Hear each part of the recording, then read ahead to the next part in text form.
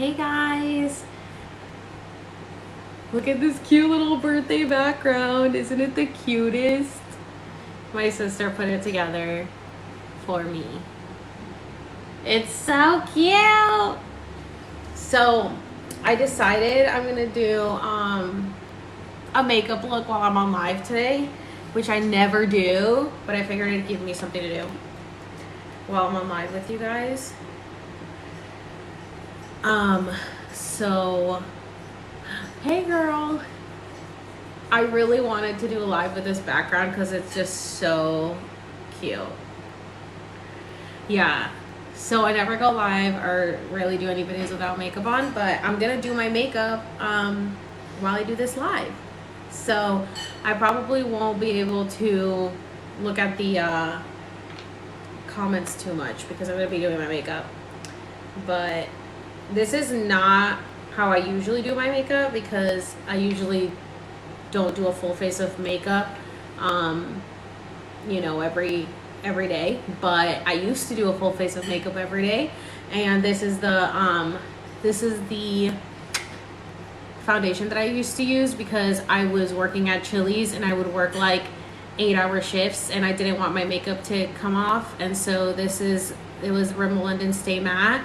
And when COVID hit, I was so worried that I bought like 10 of these and then I stopped using makeup during COVID, so I don't use it anymore. But this is really good if you want your makeup to like stay on all day. Stay Matte Rimmel London, it stays on all day. And I used to always get compliments on my makeup and my face all the time when I would wear this at Chili's. I would get home from work after Chili's and film, and my makeup was still like perfect. So that's what I would use. Rimmel London Stay Matte. I'm very white, so it's true ivory.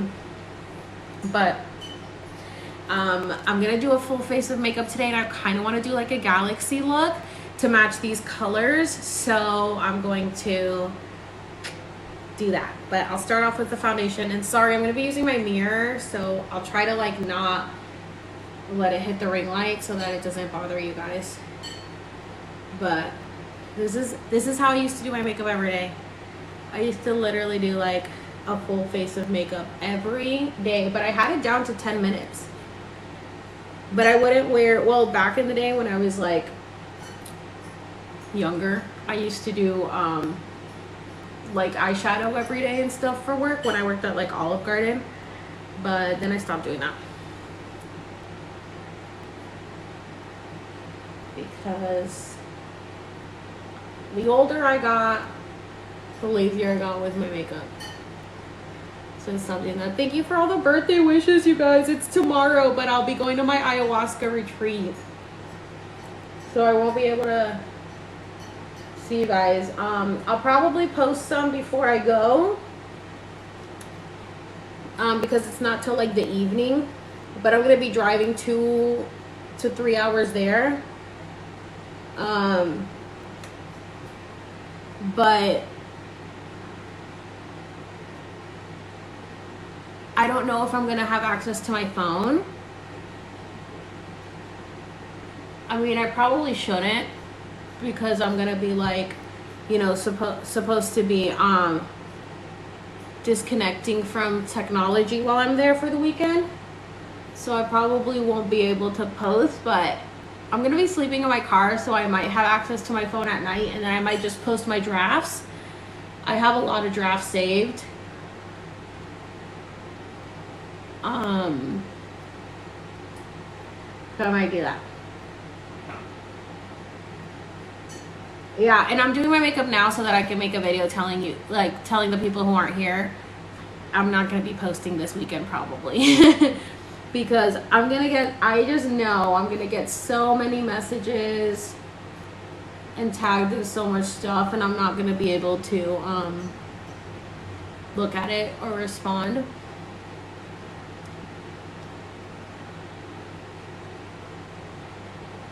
So,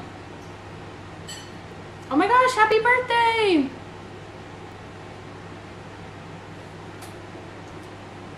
Taurus season.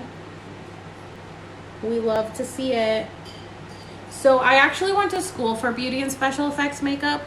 That's what I am, a professional beauty and special effects makeup artist. I graduated in '08, right when the crash happened, so I had no job. So it was I did like a year of freelancing before my student loans kicked in and I had to start paying those. So I was like,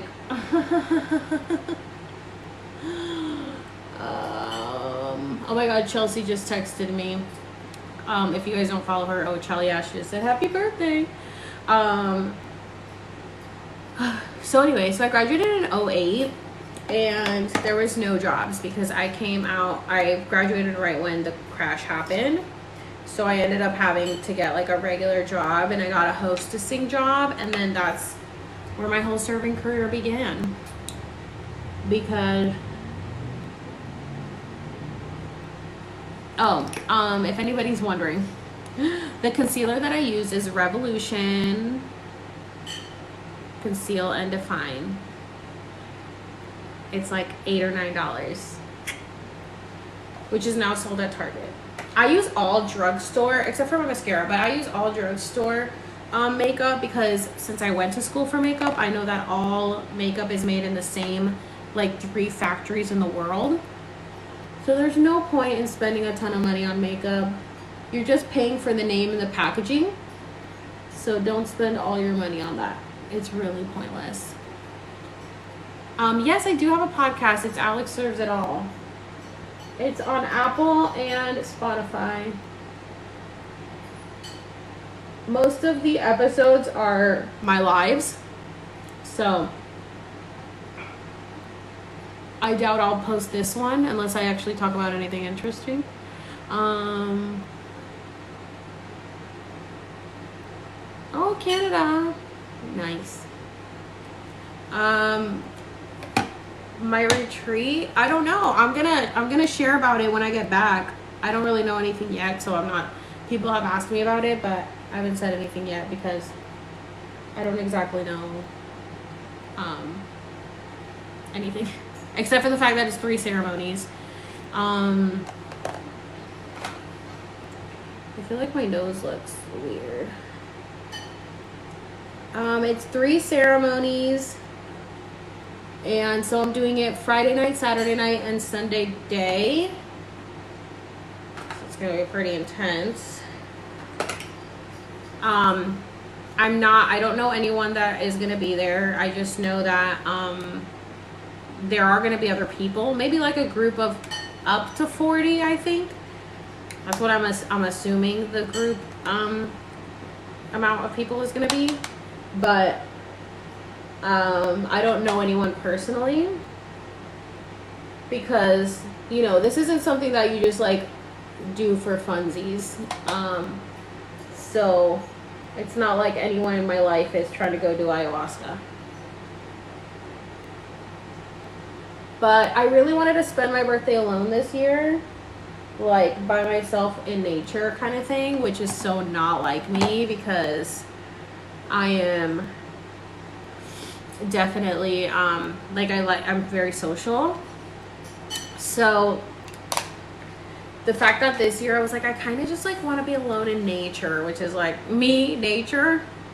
Oh yeah, so that I use as like my setting for my under eyes was L'Oreal Paris True Match powder, if anybody cares. That's what I use.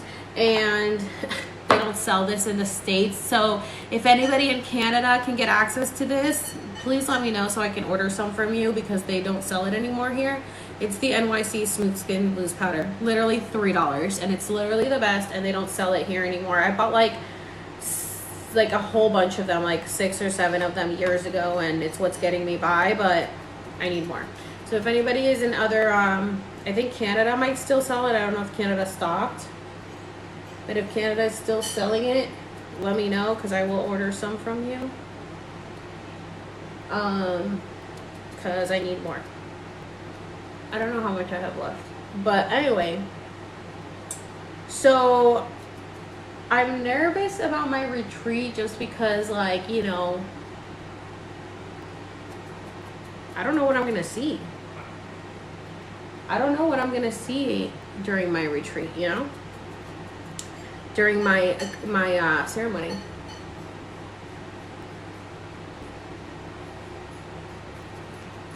Oh, your daughter's birthday! Happy birthday! So I don't know what I'm gonna see during my ceremony, but I'm excited. I'm super excited. I'm sure I'll throw up. Everybody throws up for the most part. This is so unlike me to be like doing my makeup this late just for the hell of it. Oh, the disco ball. I know my sister put that there. She's like, I had the disco ball. She put it there. So I have to drive, and it's like 2 to 3 hours away in San Bernardino, but they don't always have it there. They have like different locations that they do it at, but that's where they're doing it this one at. It's like outside. Like I could be camping in a tent, but I don't have a tent, so I'm just gonna sleep in my car. Now, at this point, I would normally put on blush, but I don't know what I'm gonna, if I'm just gonna do my eyes. I think I'm just gonna do my eyes. Probably. Did I have to prep for this? Yes. I've been on a strict diet all week of no red meat, no pork, which I already don't eat pork, so it wasn't hard. I don't eat pork, and I don't eat bottom feeders, so that wasn't hard to get rid of. No soda, no alcohol, which I don't really drink anyway, and I don't really drink soda anyway. So like it wasn't really that hard, but I had to just eat chicken and fish, and then mostly like veggies. So no pasta, no rice. So I've just been eating like fish all week. I haven't eaten any chicken. And then with veggies and potatoes and salads. But today I was like, I've been doing it all week, so today I got really hungry. And I made myself a salad and just fruit. And my sister was like, I think you, because then I like didn't want to go live because I had no energy. And she's like, you don't have energy because you haven't eaten anything. She was like, go eat. And I was like, I don't know what to eat. And then we have this place that's called Native Foods, and it's a vegan restaurant. And she was like, just go get some vegan food. And I was like, okay. And I went, and it was so good. I got a vegan gluten-free burger because I'm also gluten-free. I was like, oh, I didn't even know that this was that good. I was like, no, I'm definitely going to get this. So I got a vegan burger and with fries, and it was really good. And then I also ate a vegan cake, chocolate cake, a vegan gluten-free cake for my dessert, which I haven't really been eating sugar either. So after I did that, then I felt like, okay, I have energy to go live now that I ate. So you guys can thank my sister for me going live, because she's the one that was like, go get some food and you'll be energized to go live. So here we are. And now I'm gonna start doing my eyes. So I wanted a reference photo, but I don't have one, so I'm just gonna go off the top of my head. Now I have some palettes here that I grabbed for this. So this, okay, none of my palettes are name brand as well. Oh, my sister's watching my live. She said, you're welcome. You're all welcome.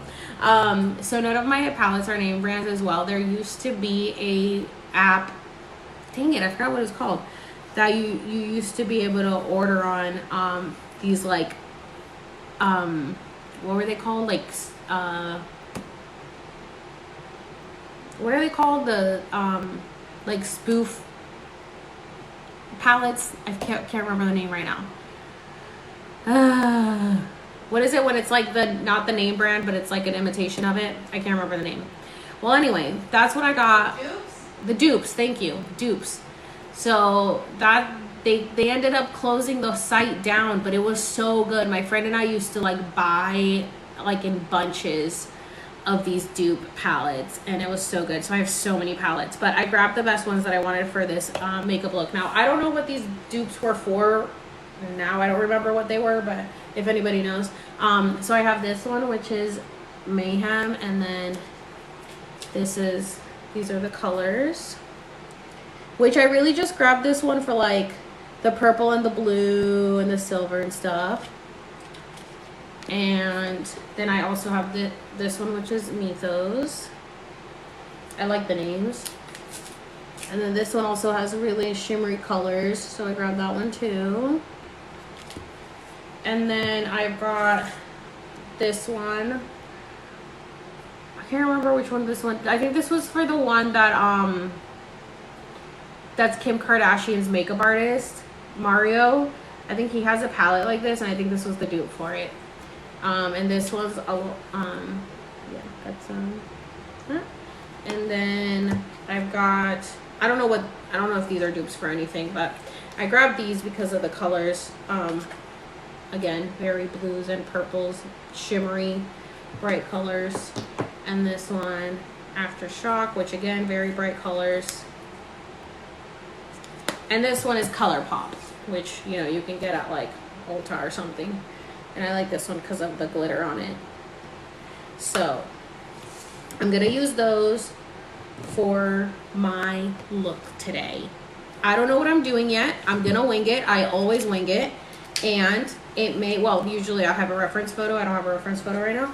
So I'm gonna wing it, and it may look weird at the beginning, but in the end, it always ends up coming together. So that's what we're gonna do. And I'll probably end up posting this on my YouTube, even though I won't post it on my podcast, because like I don't think anybody wants to hear me talking about my makeup on my podcast.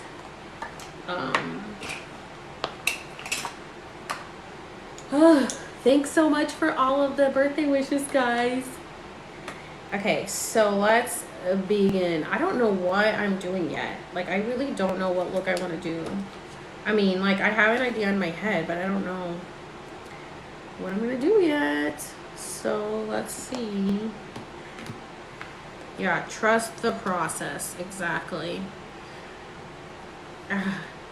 No, I have an idea of what I want to do. I just don't know. Usually I have a reference photo that will like help me, but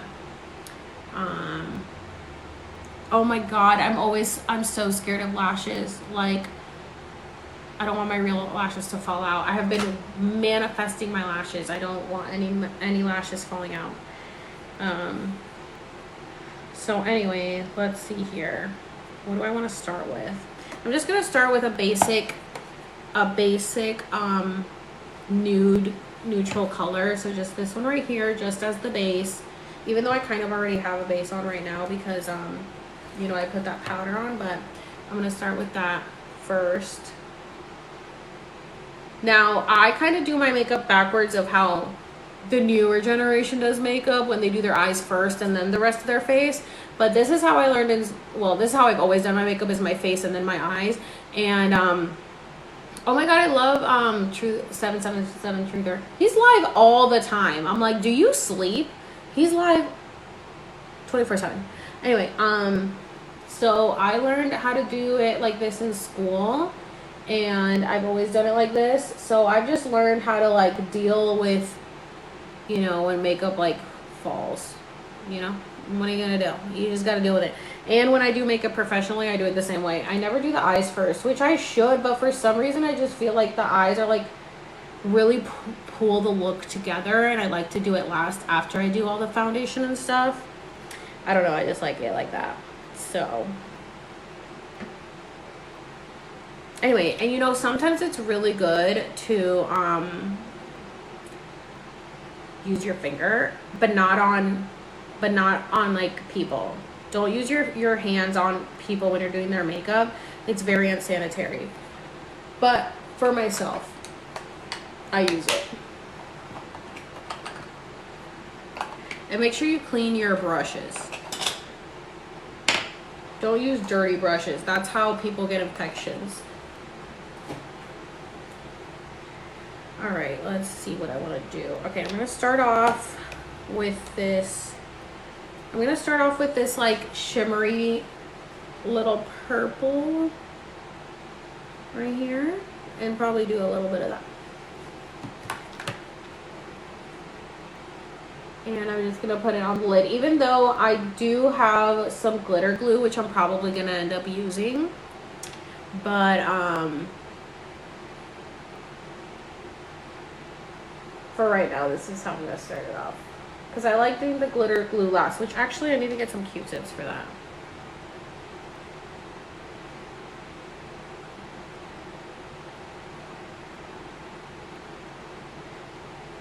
sometimes your finger just, you know, it picks up better the product than a brush does. A brush just kind of like, you know, disperses it. So it's sometimes better to just use your finger. I really like this color. I actually haven't used it yet on this palette, this is the ColourPop palette. You guys, I usually have something to wipe off my makeup with, but you guys, I used to want to be a YouTuber with makeup, and now look at me. Not a YouTuber, but doing makeup on my life. All right, I don't know if I'm gonna be able to tell you like everything I'm using all the time, because I kind of just like go with the flow. So I'm just gonna kind of go with what is calling my name, you know what I'm saying? So first I'm gonna start off with like kind of this deeper purple here, and then usually you want to do your darker colors on the edge over here to create, if you want to create that like, you know, smoky look kind of thing. And look, I already have some fallout right there. Well, I don't know if you guys can see it, but I can.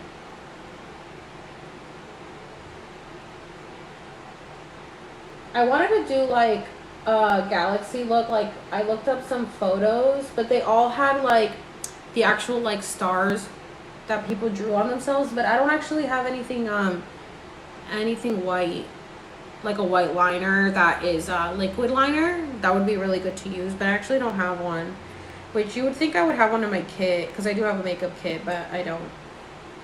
So I won't be doing any white stars, I guess. I haven't used this before. Now, you guys, remember I told you, trust the process. It's going to be looking like a mess, but it ends up coming together in the end, okay? Also, I have so much fallout, so I usually just brush it off. Which, like, I wouldn't recommend doing that with like black, because then you'll have black everywhere. Isn't the background so cute? My sister did it. Okay, so I got some purple, as you can see. I really want to do some blue as well.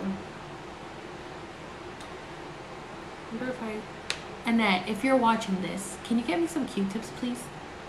What do you want? Q-tips. I need some Q-tips.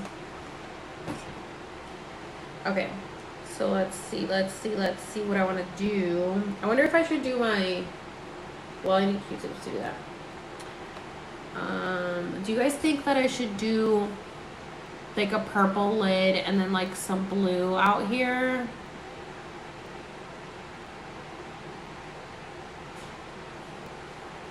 Let's try it. This is kind of like a purple blue, so I'm gonna try this one.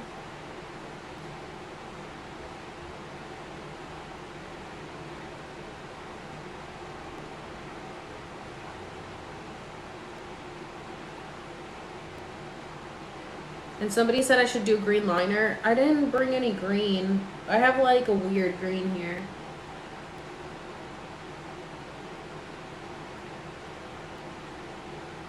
Man, this has a lot of fallout.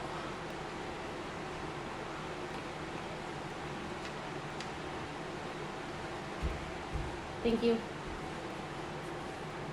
People said, sister reveal. Sister reveal. Oh, I don't look cute right now. Maybe show a cute picture. When I posted the video yesterday of what you did of this, people said, sister reveal.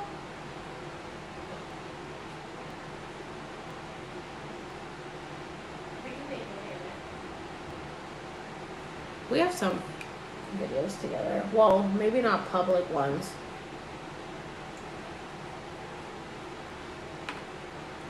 I feel like it looks so dull on camera. Well, it kind of is dull right now. It'll get darker, don't worry. It'll get brighter. I just haven't really used these palettes before. They've kind of just been sitting. Oh, what's up, Nitsy Conspiracy? They kind of just been sitting, so I don't really know how good they are, so I'm kind of just testing it out for the first time right now.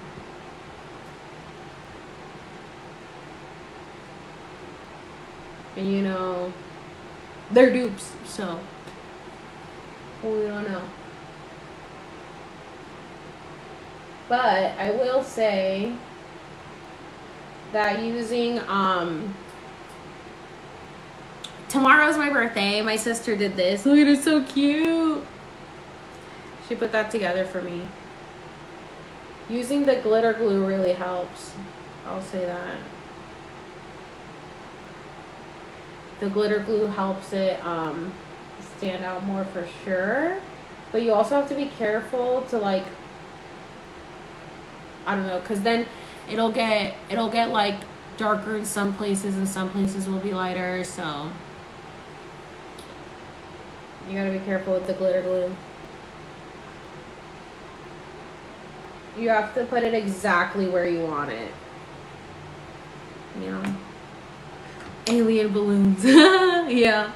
And it's so cute. And then she got me like a spaceman. Look at that. So cute. A little spaceman. Alien balloons. The globe. And look, you guys. Look. Ugh. Get it. There's Antarctica. That leads to the center of the earth. Or, well, actually, although I was watching a show today on Gaia about ancient civilizations, and there's a lot of underground stuff that is being hidden from us in Egypt, which I need to make a video about that.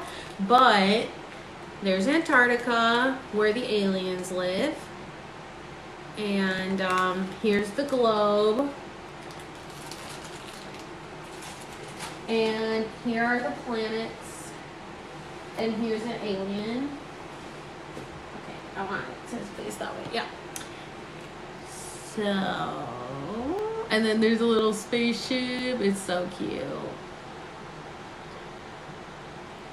The pyramid. Oh, this is a space, another space one. A spaceman.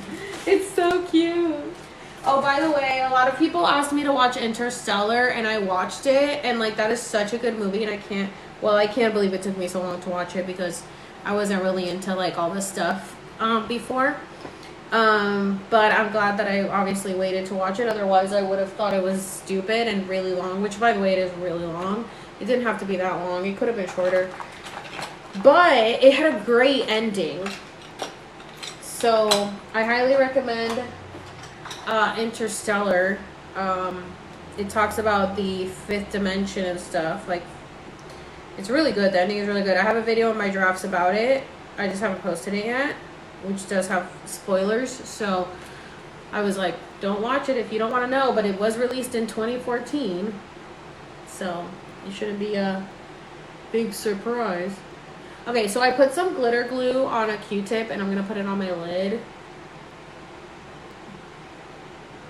And then you need to put it exactly where you want it. Otherwise, your makeup will be uneven. Try to get some more. But yeah, Interstellar was good. It was just so long. It was 3 hours long. I was like, okay, we don't need it to be this long. You guys could have taken an hour off. For sure. But it was good. I like the ending. The ending was the best for sure.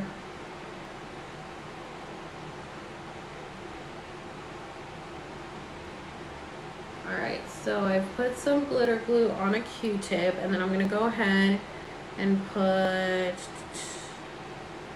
think I'm going to put a little bit like this. With my finger.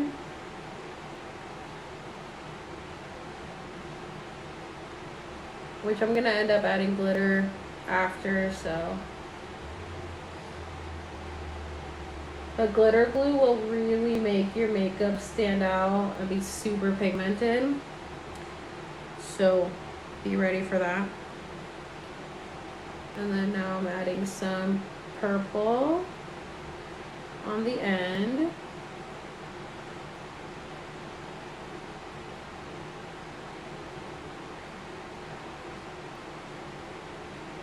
And I like them to be like blended together.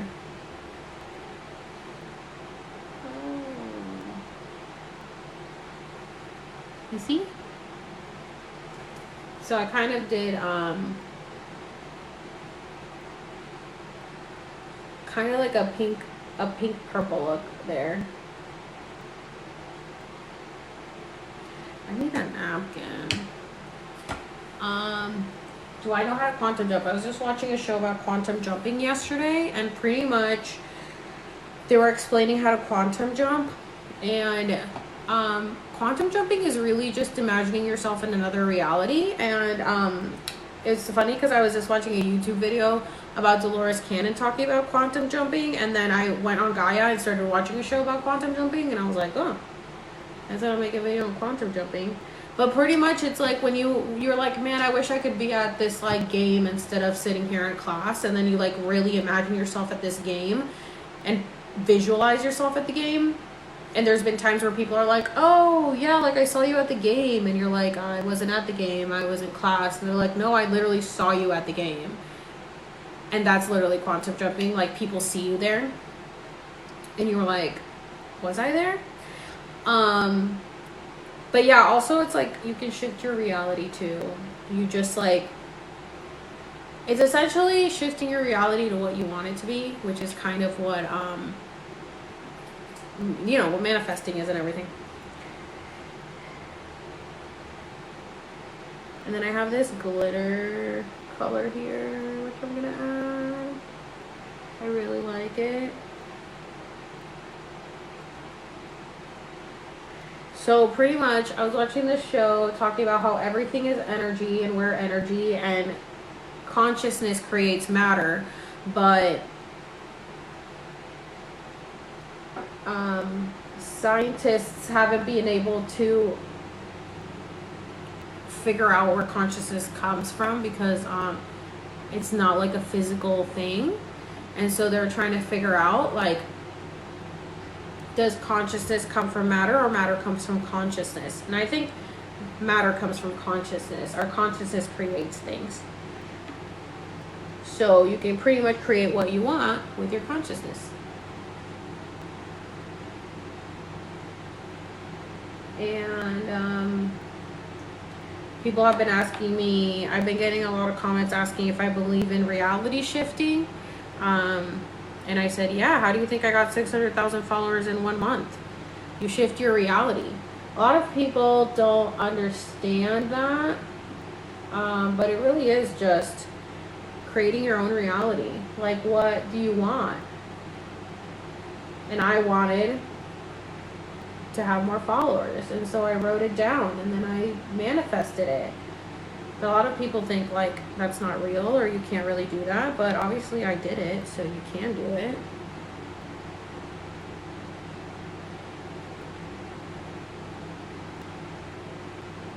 I think a lot of people have really limiting beliefs. They have a hard time believing that like they're powerful enough to be able to create their own realities, but we're all very powerful. We can create our own realities, and we have to realize that we have the power to create our own realities.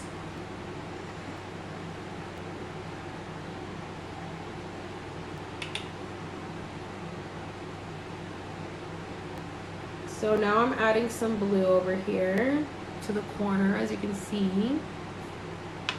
And this is more of a darker blue.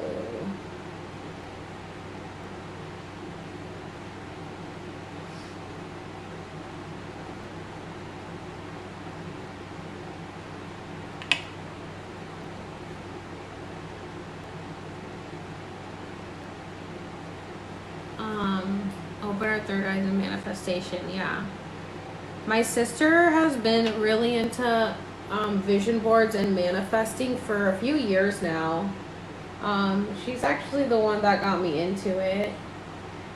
She's been doing vision boards, I think, since 2017.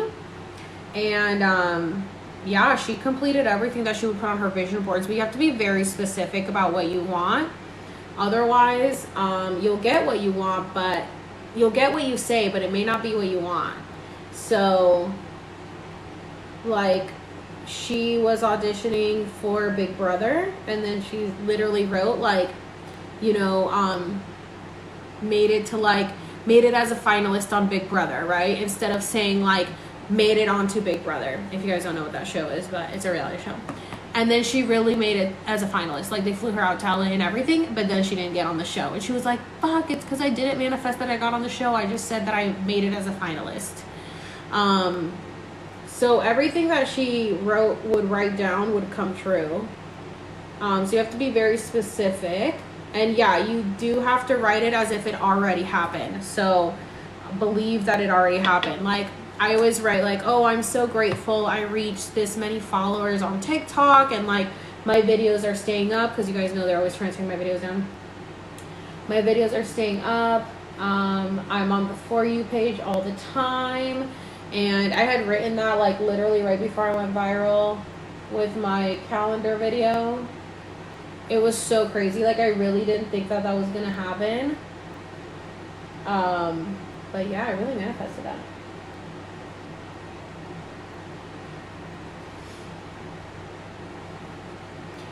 Yes, I'm still going to my ayahuasca retreat. I'm leaving tomorrow.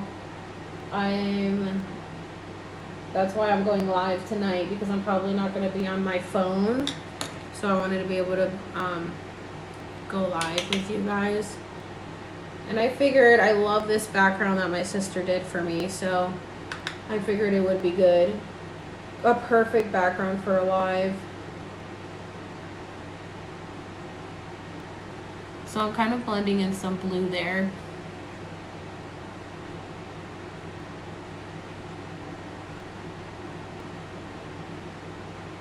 What's hard about doing the glitter glue is that sometimes it transfers over to the lid, and then some parts will be so much darker than other parts, and it's so annoying to try to get them to be even. That's definitely fucked me up a lot, especially if I have to go to work, like, because I like to do my makeup like whatever holiday it is. When it is a holiday, I usually do my makeup as a holiday makeup, and then it'll, like, fuck me up because it's not even, and I'm, like, such a perfectionist when it comes to my makeup, so I'm like, I gotta go, and my makeup's not perfect.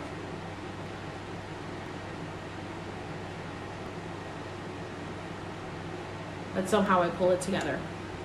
Have I been doing vegan for the last few days? No, I just did vegan today because it turns out I don't have to do vegan at all, and I thought I did. So I was like, oh, thank God. But I've just been doing chicken and fish with veggies, pretty much. So that's what they told me. They actually didn't have to be, like, super strict the whole week, but I was more strict on myself because I wanted to make sure that it would be... I don't know why I brought this palette, because there's, like, no colors that I'm going to be using on it. Alright, let's see. I want to do a more purplish color. Let's try this one. Ooh, look at that. Ah. Okay. It looks better in person.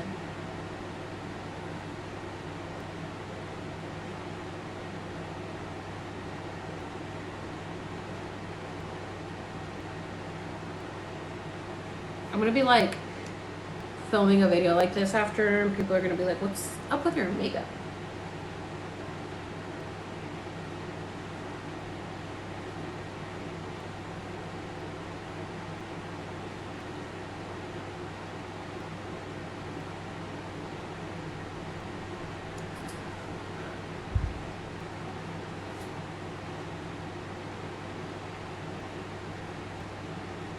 I remember after I had gone to school for makeup, I used to follow this girl on MySpace. Most of you kids don't know what MySpace is because you probably weren't on it. But I used to follow this girl on MySpace that used to do makeup. And I always liked her makeup, but she never like blended it out. She would just leave it like really blunt. And I commented once and I was like, hey, you should try like blending, which like now looking back, like I should have just shut the fuck up because like let people do what they want. But you know, I was young. And I was like, oh, you should try like blending out the colors, you know, together so it's not so blunt. Because she really loved doing like this blunt look. And she like, I think she ended up like blocking me or something. And I was like, oh, okay. No constructive criticism. Got it. I still remember that. Because I really liked looking at her stuff on MySpace. She would always do photo shoots. You guys remember like when photo shoots were like the thing to do back in the day?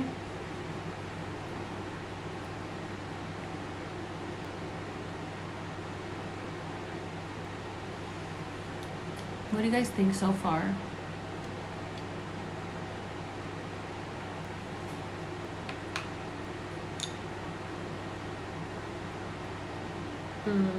What color should I do? I'll do this one.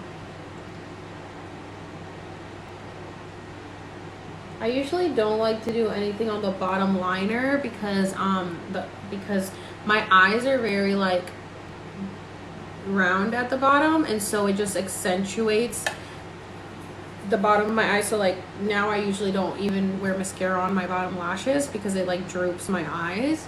But when I do like a full makeup look, I will, because I like to do like kind of like a smoky on the bottom, you know.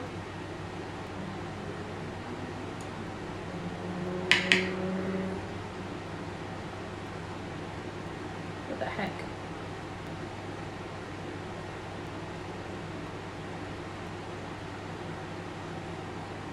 So I usually buff it out a little. Because especially when if you're going to be on camera, you want to overdo your makeup. Oh my gosh, hey, thank you. You want to overdo your makeup if you're going to be on camera, especially if you have ring lights on you, very bright lights, because the lights will drown you out.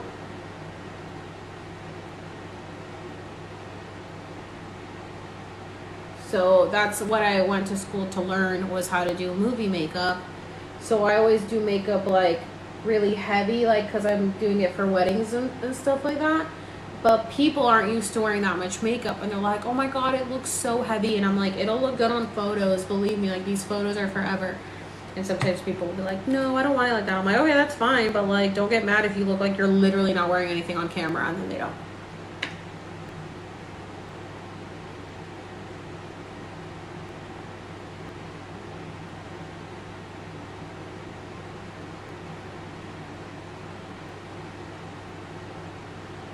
Oh my gosh, you have the same shirt. This lady at my restaurant came in and was wearing the same shirt too. I was like, oh my god, I have that shirt.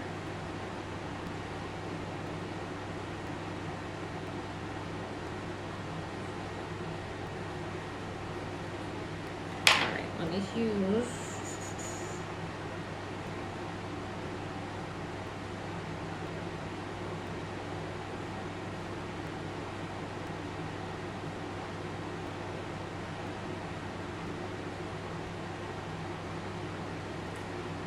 See, a little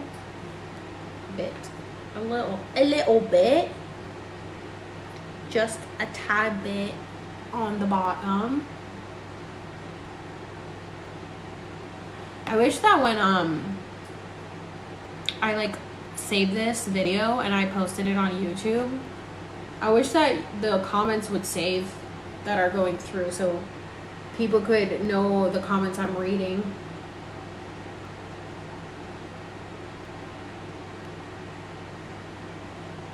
But it doesn't do that.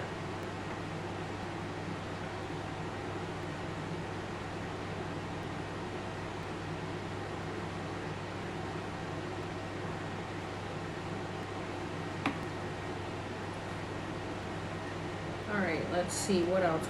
Let's do. Oh, we've got a deeper blue. Oh. You're actually really good at doing your makeup. Thank you, because I paid $20,000 and I'm still in debt for makeup school. Actually, it was $15,000, and I've paid off 20 of my student loan, and they still say I owe 15, so I'm done paying it. I'm not paying it anymore.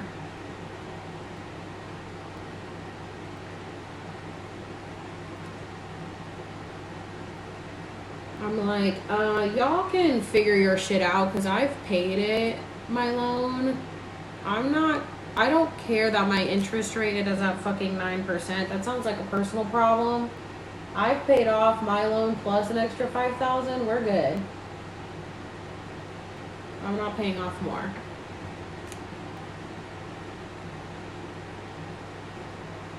Yeah, if you guys aren't subscribed to my YouTube, it's Alex Serves. Go subscribe to my YouTube because, you know, you never know what they be doing here on TikTok. I mean, I manifest that everything is good with my TikTok and everything stays up. I always manifest that. But they're crazy here.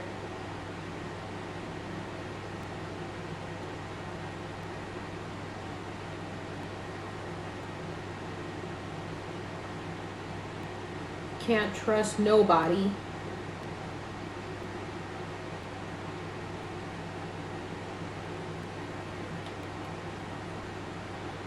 What do you think about the whole Johnny Depp and Amber Heard trial?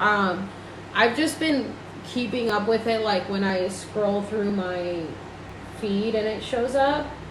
Like I was just watching a clip of it that that Amber Heard like contacted TMZ. Like she was like trying to say that she hadn't. And then I don't even know who Camille is, but I just keep hearing her name on Johnny Depp stuff. And that she's like doing a really good job. But I haven't seen her. Is she like part of his team? Or part of the lawyer team? The law team? I'm guessing she is.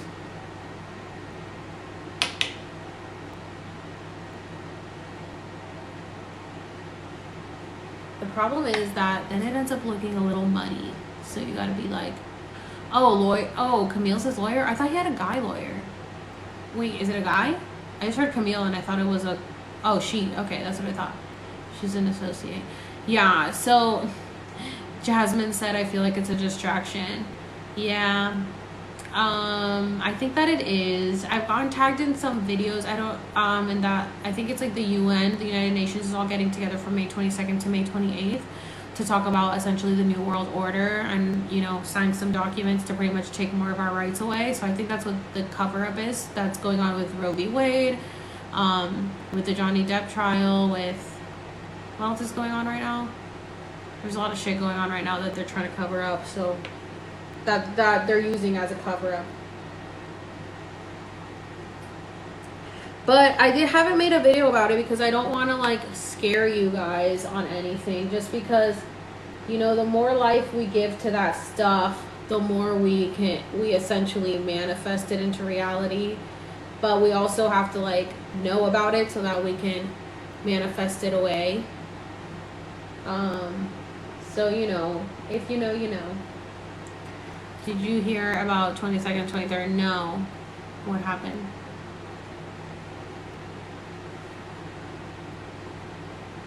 Well, I don't know, maybe. I've gotten tagged in a few stuff.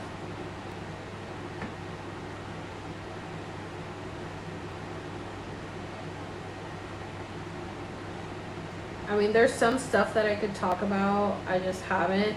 Especially because my account is so, like, you know, at risk. So I don't want to risk it.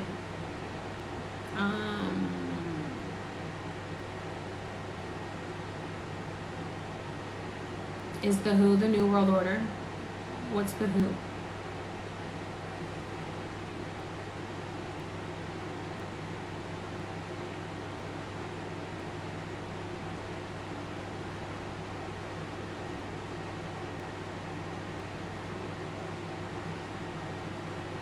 What is going on over here? I don't know if you guys can see it. Oh, World Health Organization. Yeah, so that's what they're getting. That's what they're talking about in these days. That I think it's what all this stuff is a distraction for. But what is it exactly that they want to do? Because I've gotten tagged in a bunch of videos, but I don't know exactly what it is that they want to do. I know it's pretty much just taking away more of our rights, but what do they want to do exactly?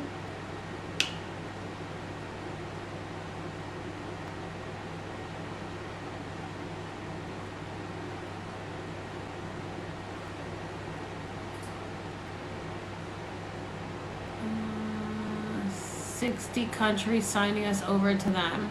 What does that mean, signing us over to them? Yeah, I knew they were like signing something, but like signing what?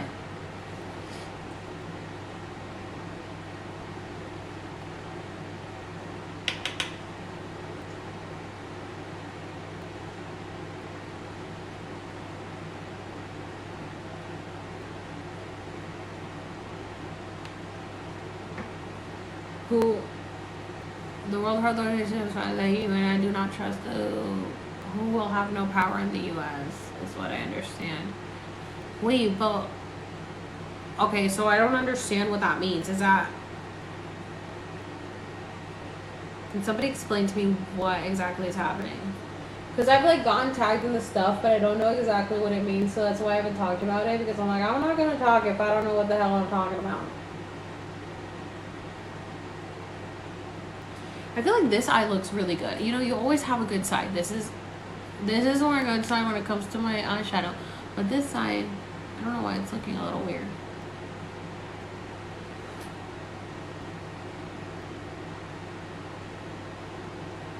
It's okay. It'll all come together. But I feel like it's like a little uneven. See how this one just blends perfectly? I know you guys might not be able to see it on camera, but I feel like this one just blends perfectly, and then this one doesn't. Oh, for the future of the internet, dude, I remember when they were talking about that shit back in like 2017, and now it's happening. They wanna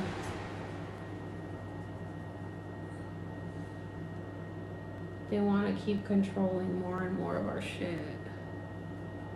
They're just like losing so much power that they're trying to hold on to it as long as they can, but they're not gonna win in the end, so you guys don't really have to worry about anything. Like, just remember that we're probably gonna be going through like essentially the 7 years of tribulation right now until like 2027. Shit's gonna be crazy. You know, what are you gonna do? What are you gonna do? You just gotta go with the flow, because just like don't focus on that stuff though. That's what I do. Just don't focus on it. I don't even know half the shit that's going on in the real world right now. I just focus on like my stuff, because the more you focus on that stuff, the more like that reality you're gonna be sucked into. And that's what they want. They want you to be scared. They want you to be freaking out, feeling like you have no freedom. But there's nothing to worry about. We'll be okay. Yeah, focusing on it is feeding the beast, pretty much. That's exactly what it is. The more you focus on it, the more like that's going to be your reality. Plus, we've already shifted into the new earth, so they're going to keep trying, but they're not going to be able to succeed. Yeah, don't watch the news. The news will literally like keep you so anxious and so depressed, and that's literally what they want. They want you to be so stressed out that your vibrations are very low. Oh, I was watching a video earlier. Somebody tagged me in. She did a really good explanation, and I saved her video. I want to share it with you guys, but I think it's over 3 minutes, so I'll probably have to take some stuff. But pretty much she was just saying how, like, you know, all of these big people, like, you know, actors or the media or whatever, music and stuff, like, essentially it's all like energy rituals, is by making us focus on that stuff, and they're sucking our energy because they're essentially energy vampires. And I'm like, yeah, 100%. You know what? Dua Libra, you commented on that video. So I think you tagged me in it. So you know what I'm talking about. That is so true. It's literally, they're energy vampires. I feel like my makeup looks good, but it's also like kind of boring. I mean, it's not like boring, but it's kind of boring. Like, you know what I'm saying?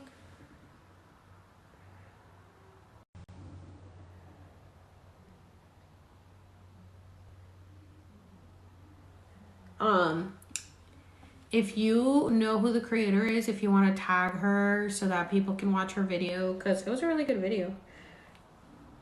She explained it really well.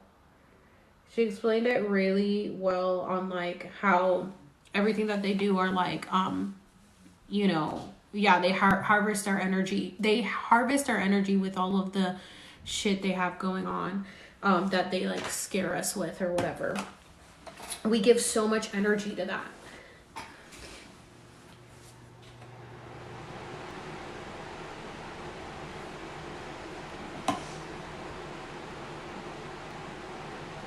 What do you guys think? Do you think I should like do more? I feel like it's like pretty basic, to be quite honest, but I also don't know what to do, so I also don't know what extra to do.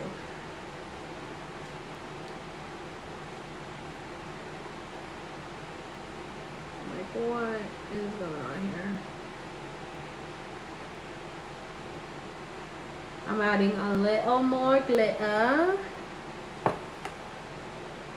Madonna is live. I feel like Madonna is like not real anymore. Oh, Psyched Starseed is her name. I wonder if I don't know how to like pin a comment on here. I think so. How do I do that?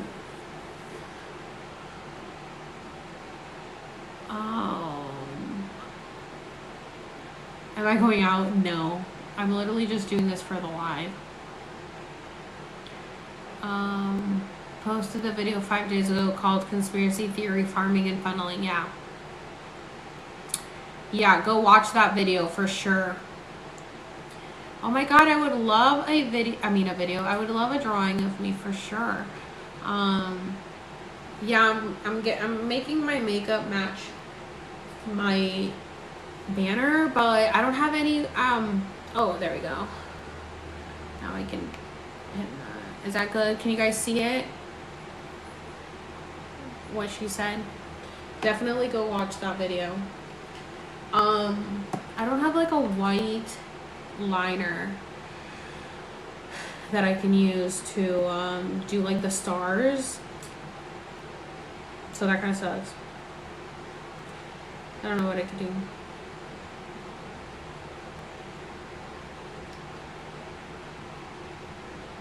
Do I believe the earth is flat? I don't know if it's like 100% flat, but I don't believe that it's also like a globe just out in space. Like that never really made sense to me, to be honest.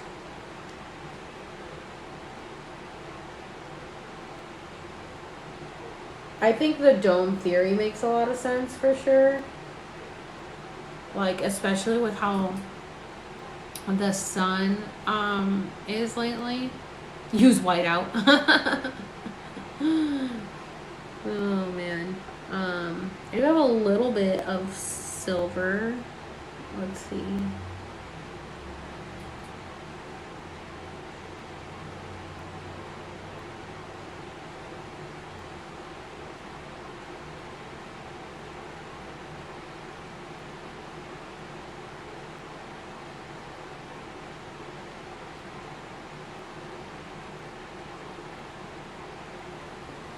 I can't really see it.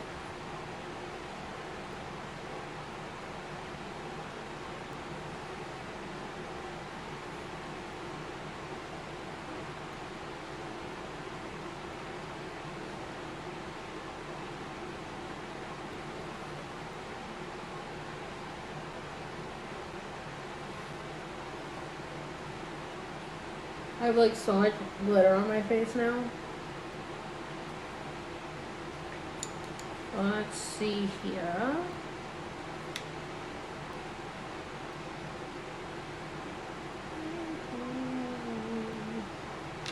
So guys, I'm going to be doing ayahuasca tomorrow.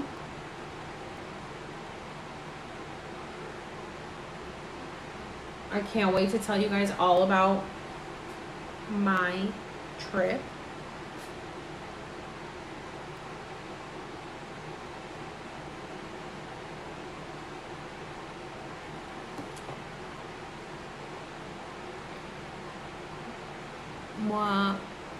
What do I think is above and under space? I think space is water. I think space is in the ocean. And that there's so much life in there that's like aliens that we have no idea about. You know what I'm saying? That's how I feel about it, for sure. I feel like that's why they stopped trying to explore the ocean. Because they were like, they're gonna like kill us down here. We can't survive this. Yeah, well, they stopped trying to explore it, you know? Anyway, so right now I'm gonna do my eyebrows because I don't know if I want to keep doing my eye makeup, you know? Am I excited or nervous for ayahuasca? Well, oh, by the way, this is like almost done, but this is what I use for my eyebrows. It's Wet n Wild. I told you guys I literally buy everything's drugstore makeup. And as you can see, it's about to be out. I only use the middle one. I'm not scared of like what I'm gonna see during my trip. What I'm worried about is like, you know, getting sick. That's what I don't want. I just don't want to get sick. Which I'm probably going to, because everybody pretty much gets sick. But I hope it's not really bad. So I got a lot of comments on my eyebrows. So as you can see, these are my eyebrows without anything. And I use this tiny little brush that comes with the palette. And then I just fill it in. Lightly fill it in.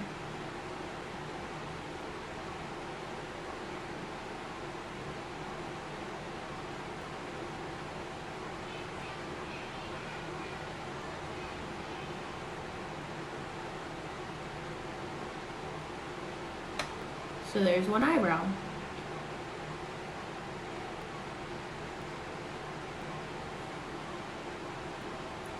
Yeah, I'm like, also like, what is it gonna taste like? I'm gonna just plug my nose and I'm taking my mouthwash and stuff because I'm like, oh god, I hate having the taste of like throw up in your mouth, you know what I'm saying?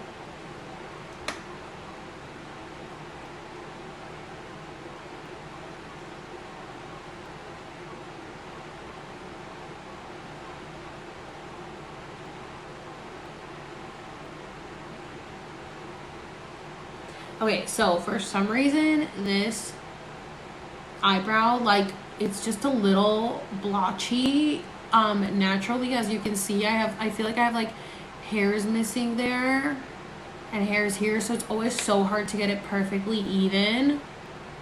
And it always gives me trouble because I'm like, for some reason, I'm kind of like missing hairs there. So I just have to work really hard at making sure it looks even.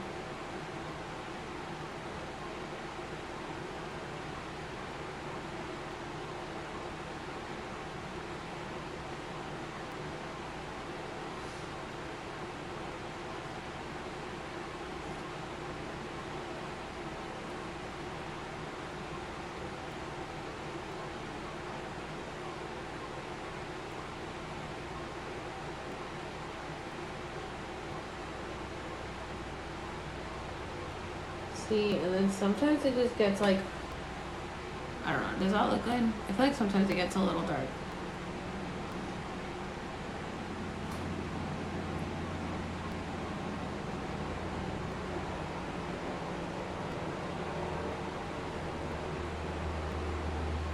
This eyebrow is always like the easiest eyebrow. This eyebrow is always harder. You always gotta have one eyebrow who gives you trouble. That was good. It's always sisters, not twins. You know what I'm saying? Alright, so we're good with the eyebrows. Very easy, as you can see, guys. Okay, there's the eyebrows.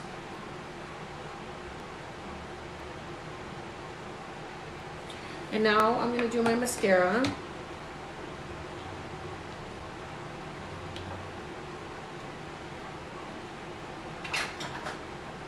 Okay, so when I do my mascara, I like to heat up my eyelash curler, and I use an eyelash curler because when I sleep, I use a sleep mask, like an eye mask or whatever. And and I sleep on my face, so my eyelashes get all smashed down, and that's why I have issues with them. So I heat up my eyelash curler with a lighter to warm it up a little to curl my eyebrows. My eyelashes.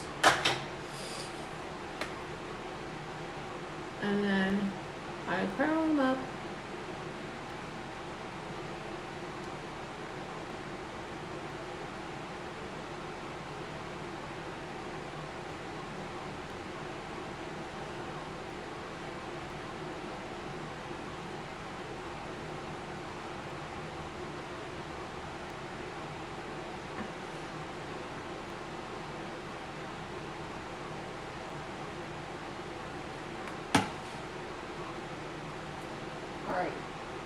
And I really like this mascara. This is the most expensive thing that I use, is my Urban Decay Perversion Mascara.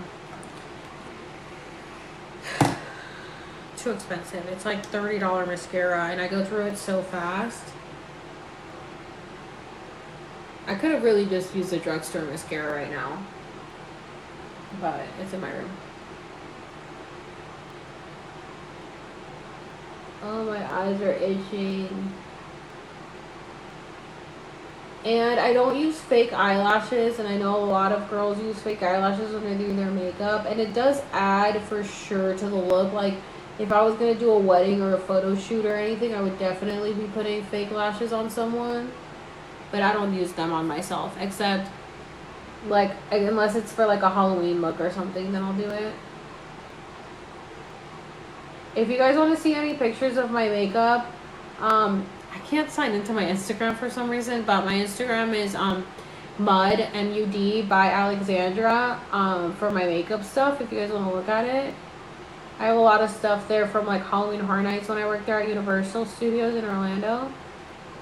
And like some makeup looks and stuff. Like for myself for Halloween. You guys can go on there and see my makeup pictures if you guys want to look at it.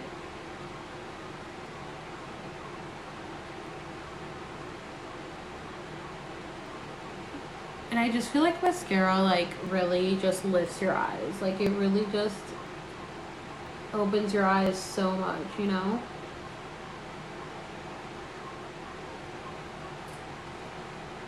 Right? You know what I'm saying?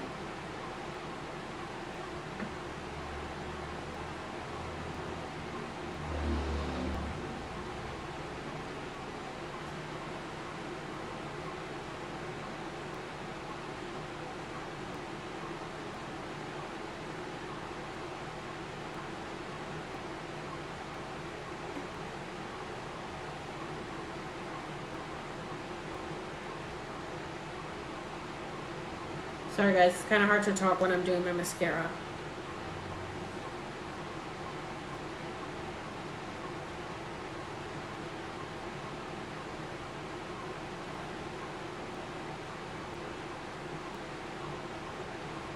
The girls know.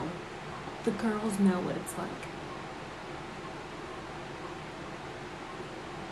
So guys, I watched this video yesterday and I don't remember the creator's name, but he was talking about how when bicycles were invented, you know, during our lifetime, because like bicycles have existed forever in ancient civilizations, but like for our lifetime, it was created in like late 1800s to early 1900s, and bicycles were really just for men to get around, but then like they became really popular and women started getting a hold of them. And back in that time, it literally, like, being a wife was just being a slave. Like, the men just wanted the wives to stay home and, you know, just do like the cooking and the cleaning and taking care of the kids. And then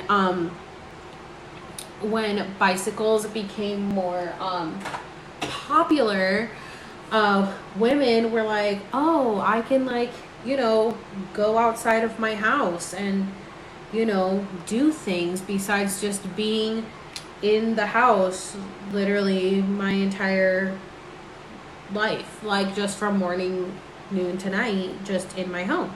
So they started, you know, riding their bikes and meeting up with their other women friends and doing things outside the home. And men started getting upset because women were finding pleasure in things outside of the home. And it was especially white men got really mad. And so they started passing laws that women couldn't use bicycles because they were very threatened that women were going to find joy in other things but them. Sounds like a very man thing to do, especially a white man thing to do.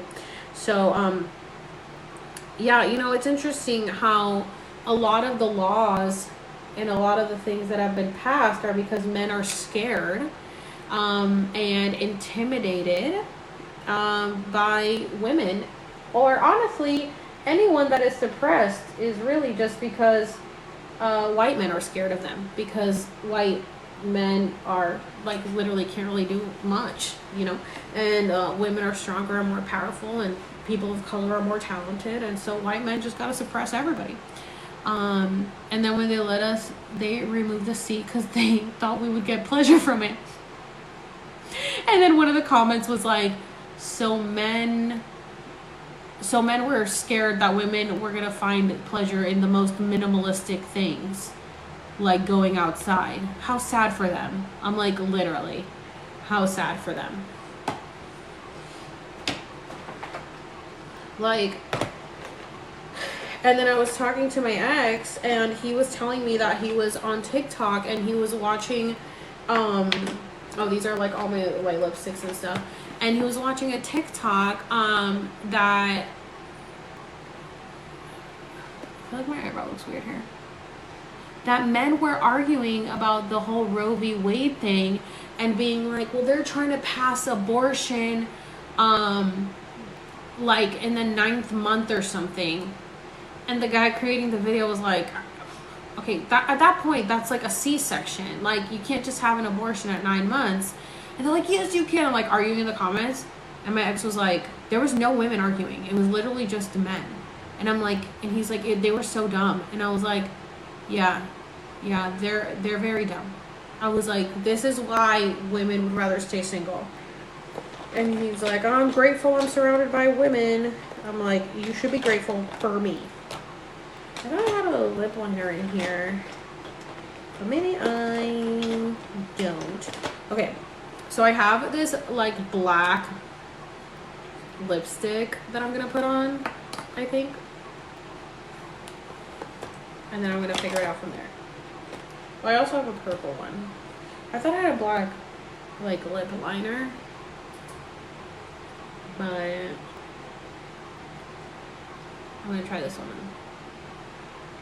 It's like very black.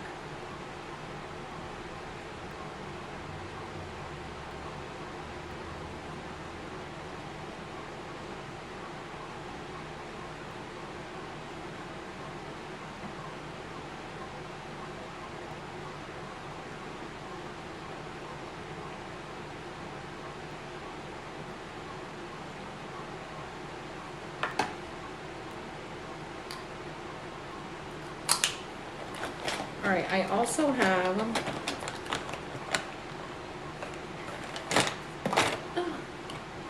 this Kat Von D exorcism. No, I do not have a boyfriend. Men are just too dumb to deal with.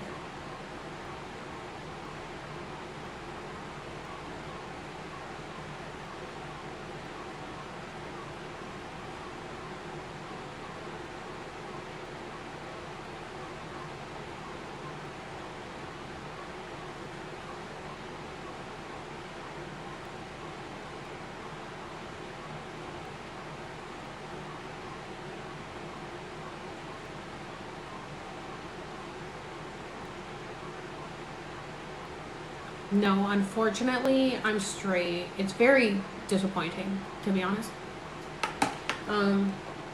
But I just can't imagine being with a guy right now. Like, they're just so dumb.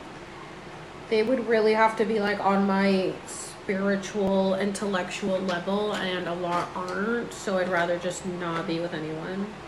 Which is so not, you know, like me. I've always been into guys, you know what I'm saying?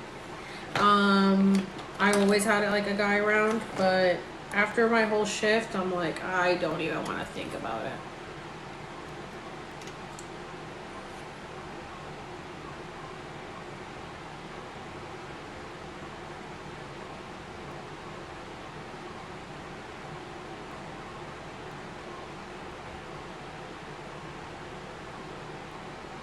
Man, I really want to outline my lips with like a black, but I don't think I have one. I thought I had like a dark liner in here, but I guess not.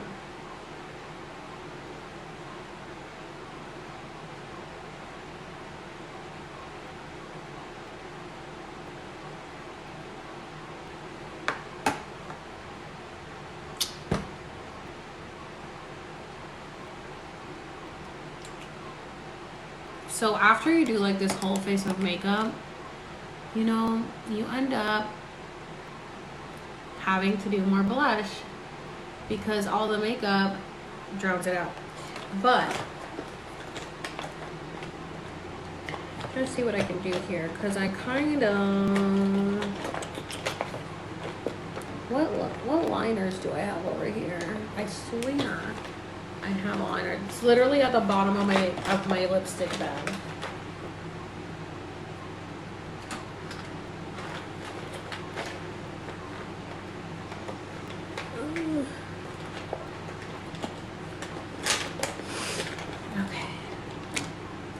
I got it.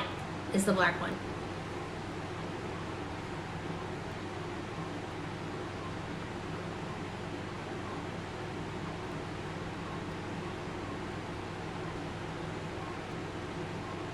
Look, this freaking black,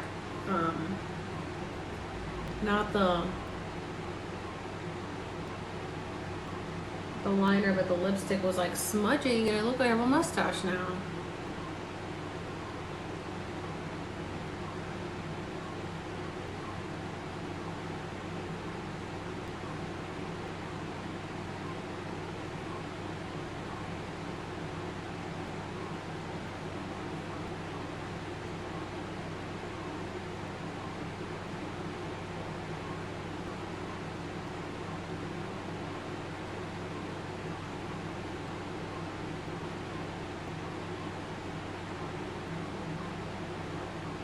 Oh my god.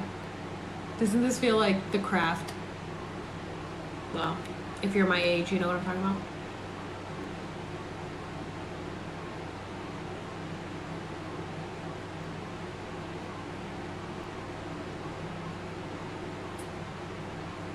Look at that. Okay, so now that I got that, I need to add, color. Sometimes like after you add the lipstick, you know, it just really makes you want to bump up the eyes a little bit more, you know. I'm gonna add a little bit of this deeper.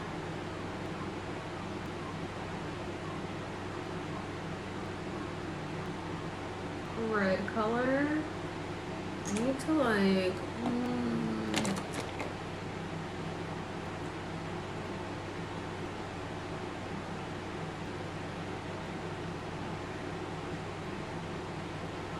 Uh-oh, I messed up.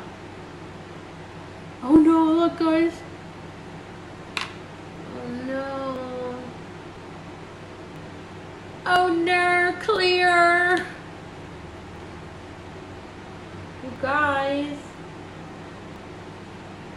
I smudged my lipstick. What the heck? I messed up.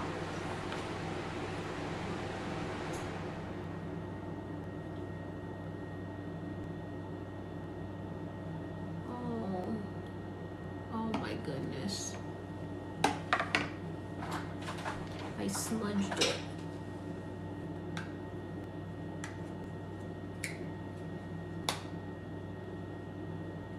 I wonder if my sister's asleep. She's like laying on the couch.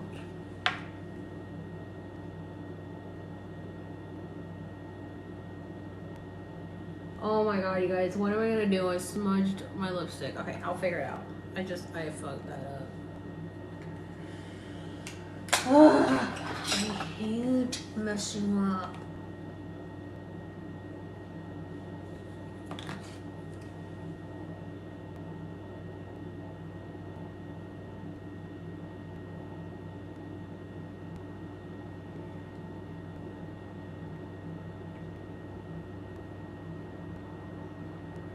Oh my god, you guys, listen to what happened today.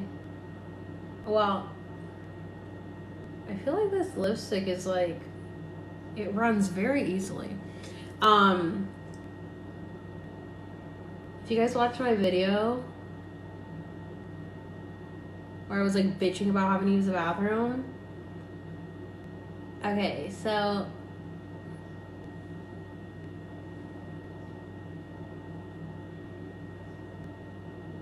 so my ex ended up, we're still friends, and he ended up ordering me a cake for my birthday, and then he got COVID. He has COVID right now, so he couldn't go and pick it up, and so I had to go pick up my own cake. I'm like, I don't want to go, but I ended up having to go pick up my cake. And while I was parking to pick up my cake, my manager calls me, and she's like, hey,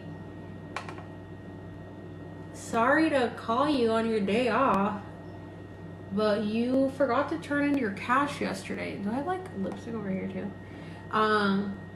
She was like, you forgot to turn in your cash yesterday. And I was like, what? She's like, yeah, you owe us like $136. Like, I forgot to turn in my cash. For work. And I was like, fuck. I was like in such a hurry to leave that I forgot to turn in my cash.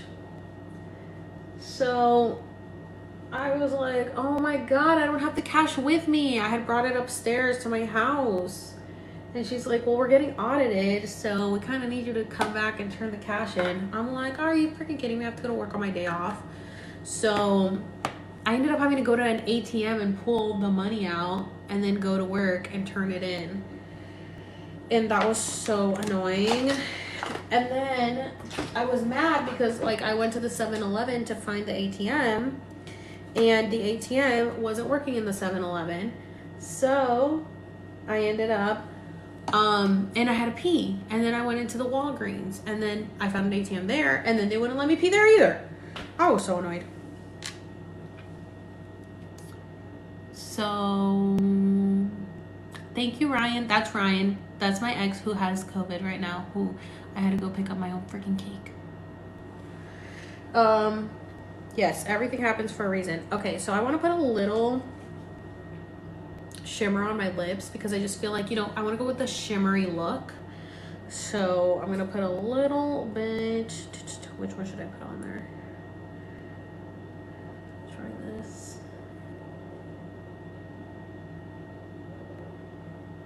So I just use eyeshadow on my lips.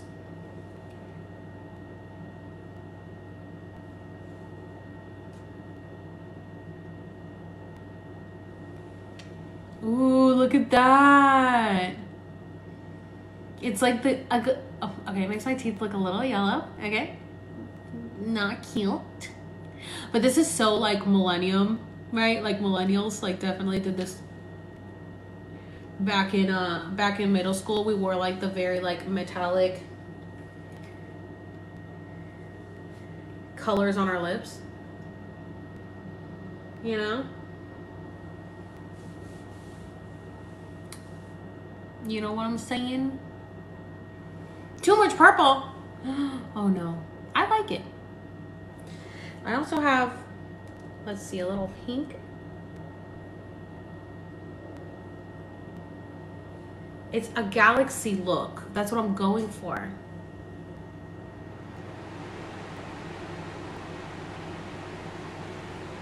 There's a little pink.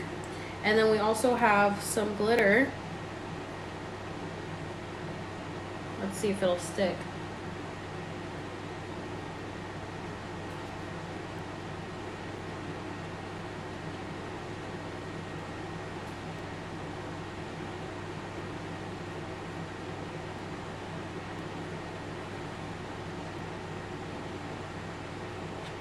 Yeah.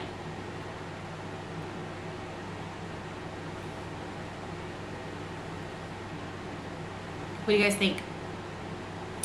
And I can also add a little, let's see.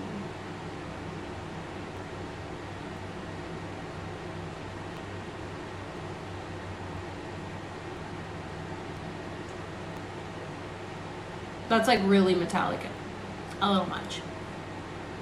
A little much.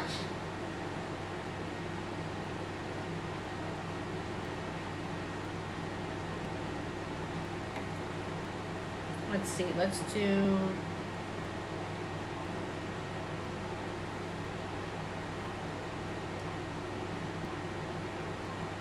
Back to the pink.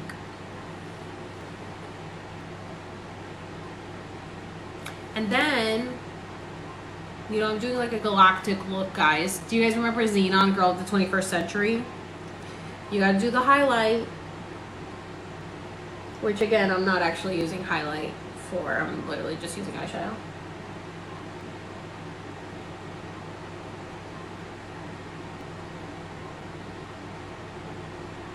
I'm gonna be very shimmery. That's the whole point of the look, guys.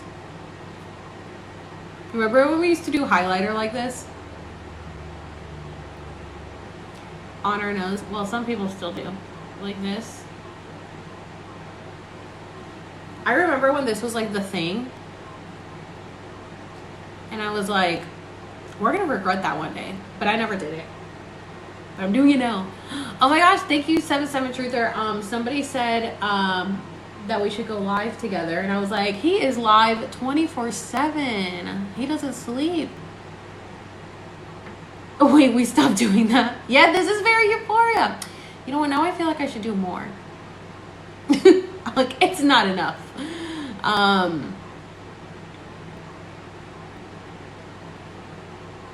Yeah.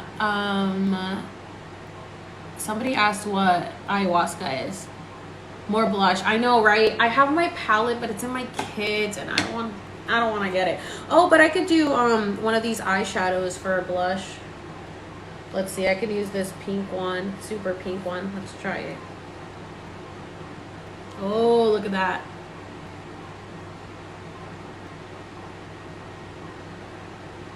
Look at the difference. I was planning on like filming a video after this, and people are gonna be like, what's wrong with your makeup? But I really am. I'm only planning on filming a video to say that I'm not gonna be probably posting this weekend. Ooh. Yeah, I'll have to send you a guest request when you're live, but I feel like your girl followers are gonna be like, get off the live. Nobody wants to see you. We only want to see him. Well, I'm probably not gonna be able to post this weekend because I'm gonna be at an ayahuasca retreat. So I have to be disconnected. Ugh. Blush it over where you have the highlight. Wait, like on my cheeks or on my nose?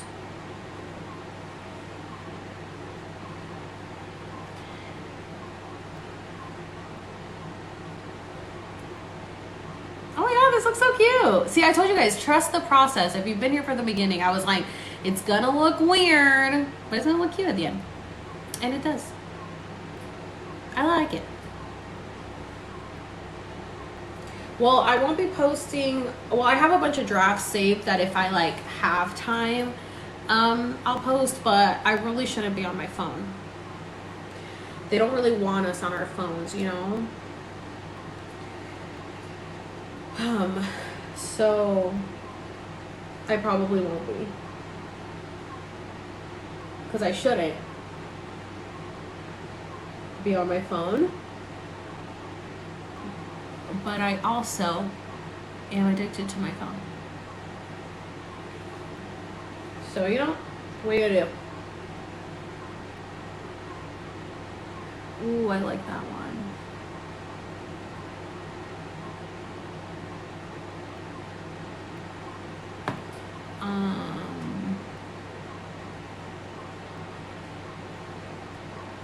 Disconnect from the world, connect with earth and inner spirituality. Yeah. What do you guys think? I think it looks good. I like it. Oh yeah, I'm definitely gonna share my experience for sure with you guys. I wonder what I'm gonna see. A lot of people are scared to do ayahuasca because they're like, they say that, you know, a lot of your demons come out, but if they come out, they come out. But I don't really know what demons are gonna come out, to be honest. I just like a lot. Okay, so like my friend just did San Pedro, which is like the grandfather medicine, and ayahuasca is like the grandmother medicine, and she said she didn't end up seeing anything, and she was like, oh, I guess because like San Pedro is supposed to be like very positive, and ayahuasca can be really like rough, you know, it's supposed to bring up like trauma and stuff like that, which I'm like, I mean, I guess if I've suppressed trauma, I'll see it. But she said she didn't end up seeing anything on San Pedro. She was like, I guess because I've done a lot of work like spiritually on my own, I guess nothing came up. And she did it 4 times. I was like, oh yeah. She's like, but I don't want to do ayahuasca because I feel like I'm at a really good point in my life, and I don't want to I don't know, I just don't want to be like bring up old stuff. But I just feel like, you know, to move forward it would be good. But like obviously not everybody has to do it. If you don't want to do it, you don't do it. You definitely shouldn't if you're not ready for it.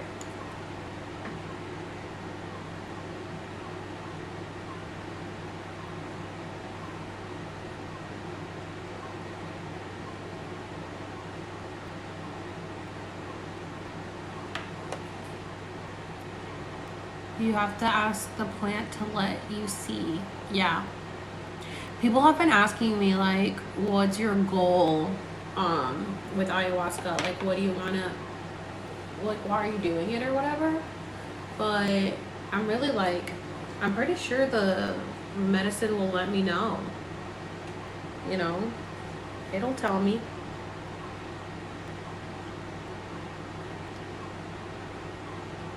Well, obviously I want to connect to my higher self for sure.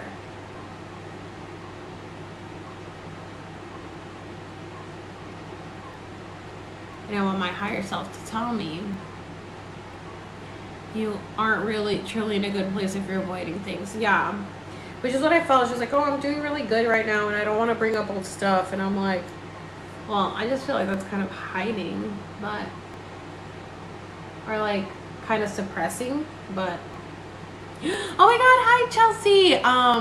I saw your text, but I was on live already, so that's why I hadn't ran back. Thank you. I don't know if you saw I talked about you, or I've been like tagging you a lot in one of my videos, the video about well, the Wyman, the Chili CEO. Oh my god, and I have something else I have to tell you too. Okay, well I'm gonna tell you guys anyway. So if you guys, oh my gosh, thank you. Thanks, Truther.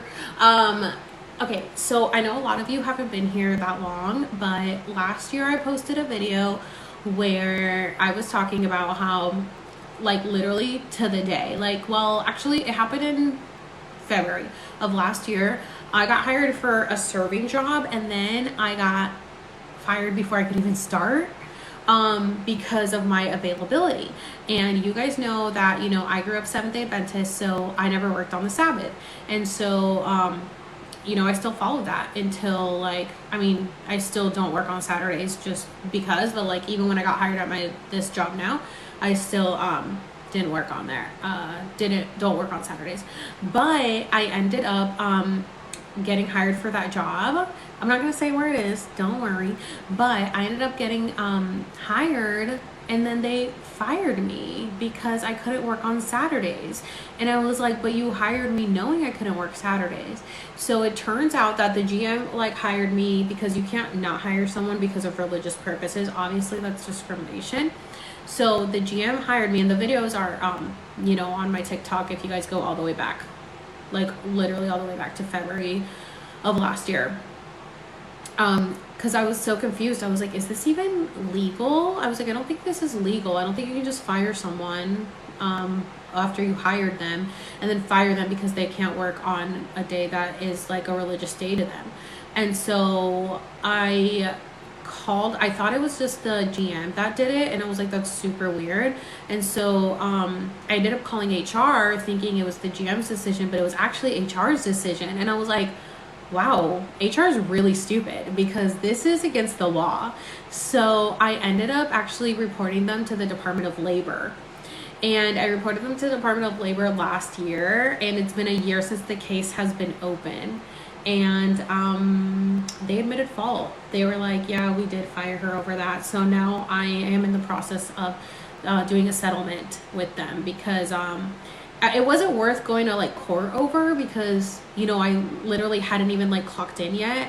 I was officially like hired because they had to pay me the orientation day that I went to like do the paperwork. So I was obviously in their system that they paid me for that. But I never got to actually work. And so I really just like reported them just because I was like, this is religious discrimination. And like, if you do it to me, you'll do it to other people. So I was like, no, I'm going to report them. And I reported them because I was like, that means that they could discriminate against people for religious purposes, for sexual preference, for race, for whatever. So I was like, I'm going to report them. So I did. And surprisingly, they admitted it. I was like, wow, they're dumb. They're really dumb. So they admitted to it. So right now, you know, I submitted my what I wanted as a settlement, and they came back with a counter offer, obviously a lot lower. And now I submitted again another counter offer.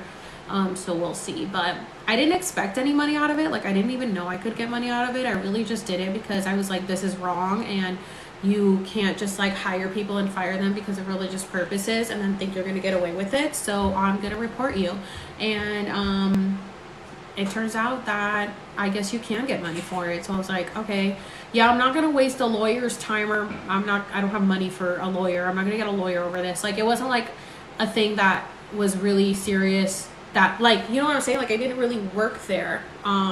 So I didn't want to actually take it to court. And then I don't have money to like, you know, hire a lawyer, and then they could provide me a lawyer, but it would have to be worth the taxpayers' money, and I don't want to waste the taxpayers' money on that.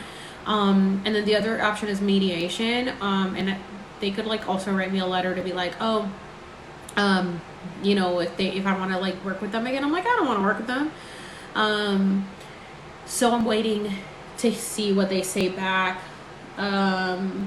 If I can get at least for half of what I asked for, because I shot really high because I didn't expect to get anything. And I like literally never even like worked a day there. So it really was just like to teach them a lesson, really. So if I could get at least for half of what I asked for, I'll be happy. Because it's like, you know, what did I really do? Well, I really did, you know, file and go through all this work. So what if they're watching? I don't think they're watching. I don't think they even know who I am, honestly.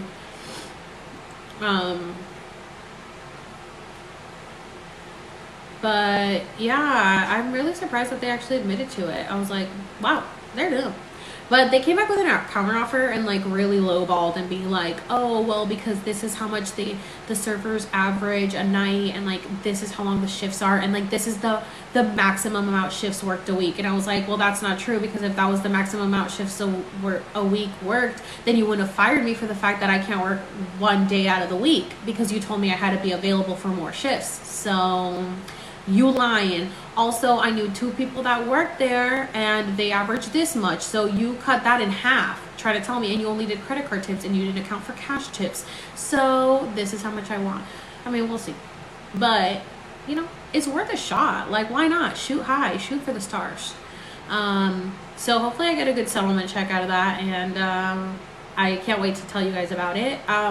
You know, we'll see if there's any legalities where I can't mention the name, so I won't. I'll just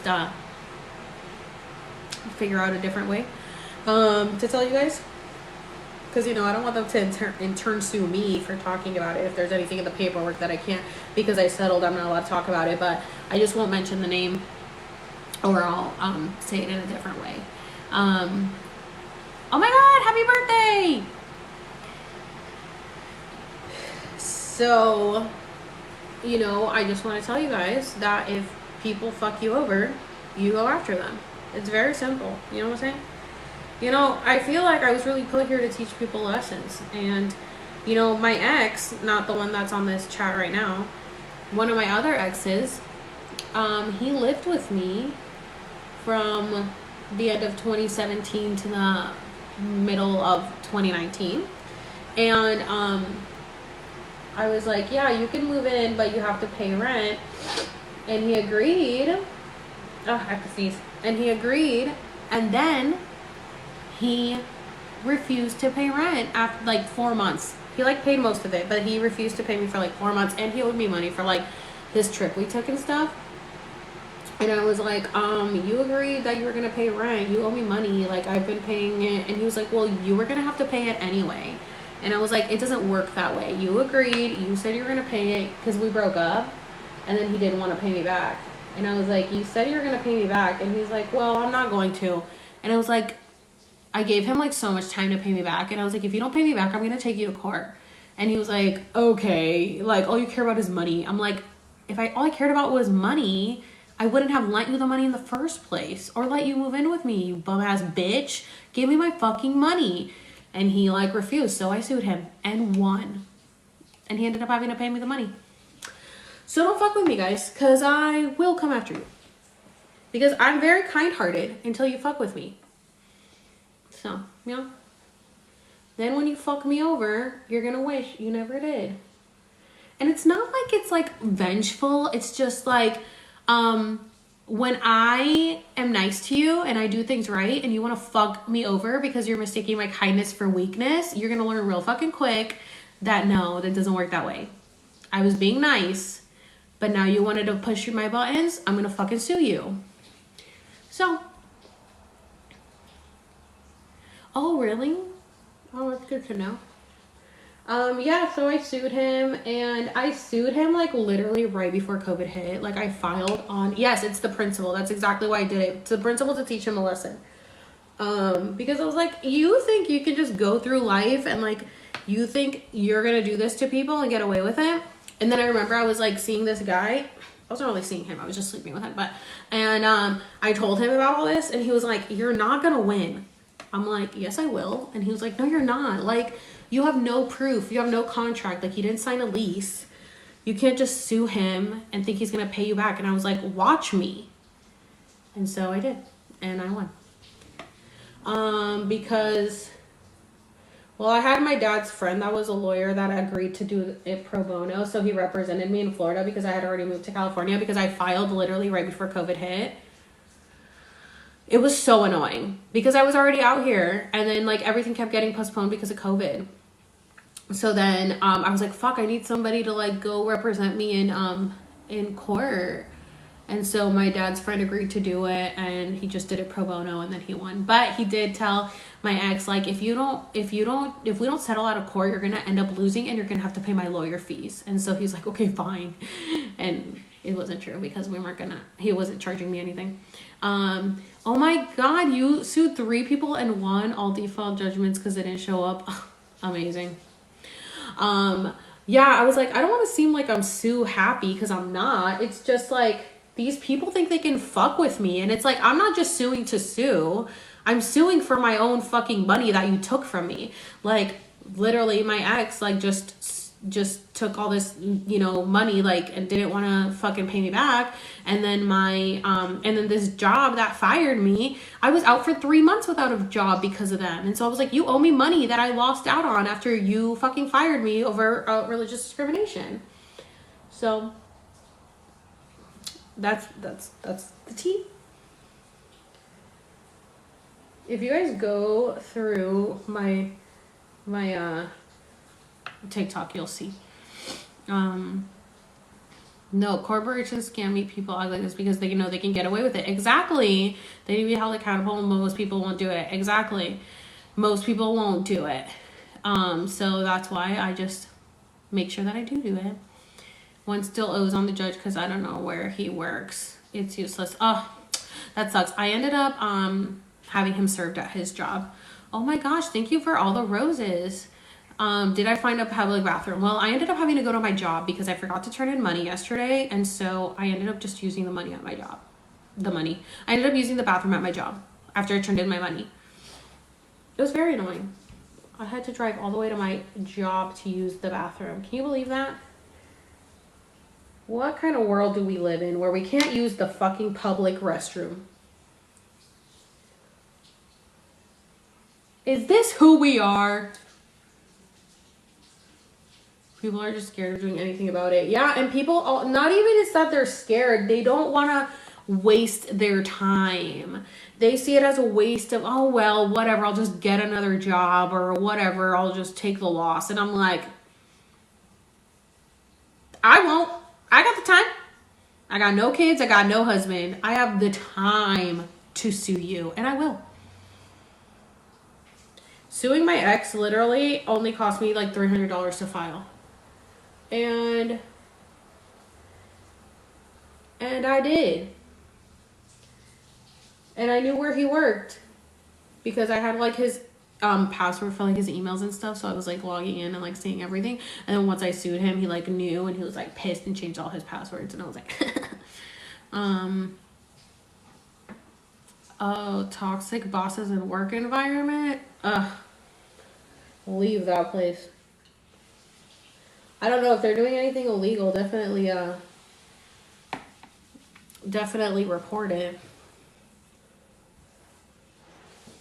Yeah, it's like most people just don't want to do anything about it. Like I work with this girl and she was like she is working at another job right now, and I was like, "Oh, how's your other job? Do you like it?" And she's like, "It's okay."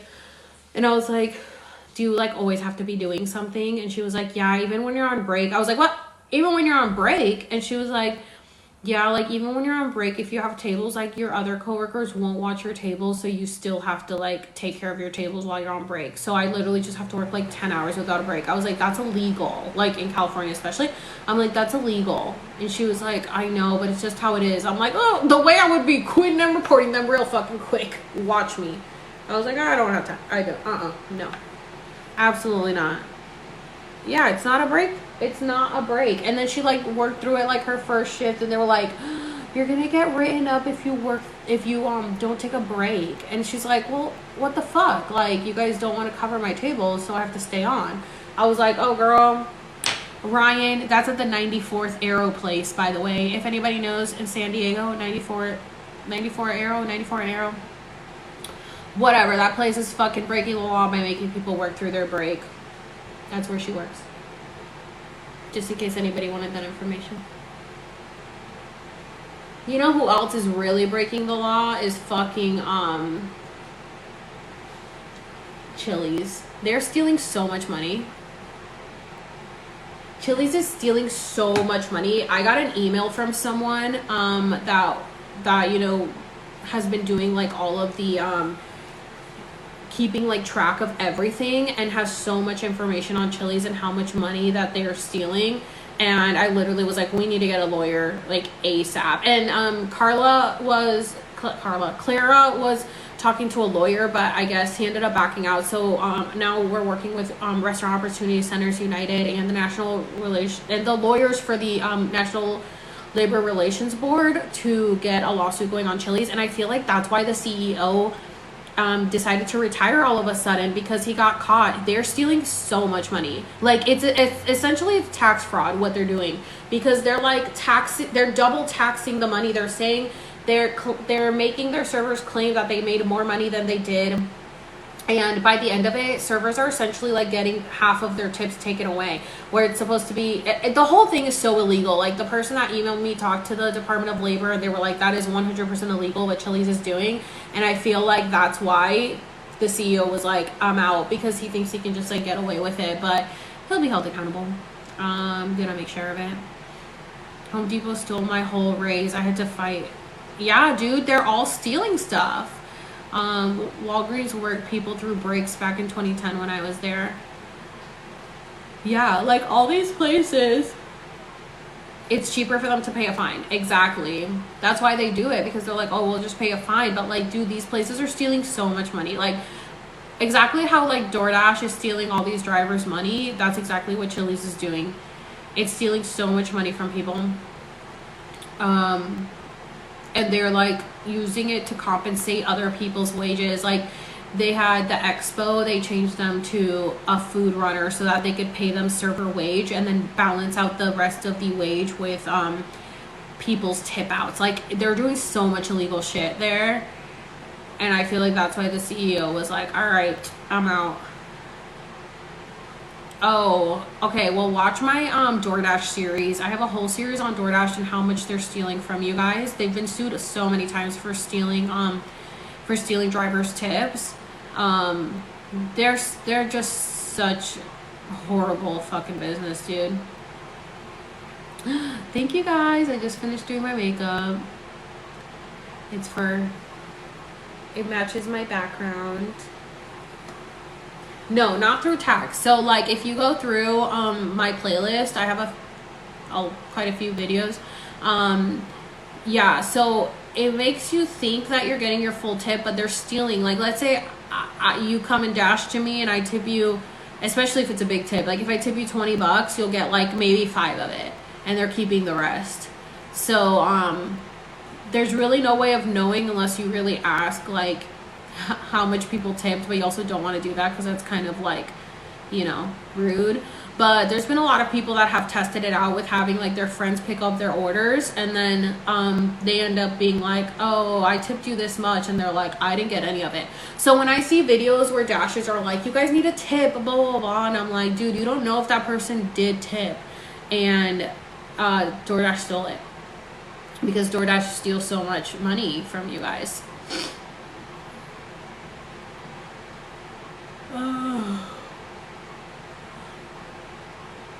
You haven't tipped Uber Eats? I don't know how it is over there. I'm guessing it's the same. But I always think that we should like tip in cash, you know, but then dashers won't pick up your order if you don't tip beforehand. Thank you guys.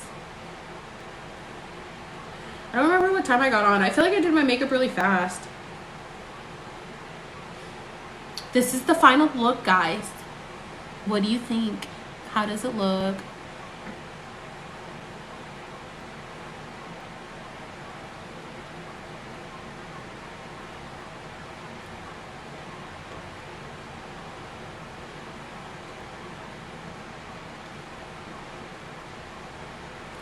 You see, I have different colors.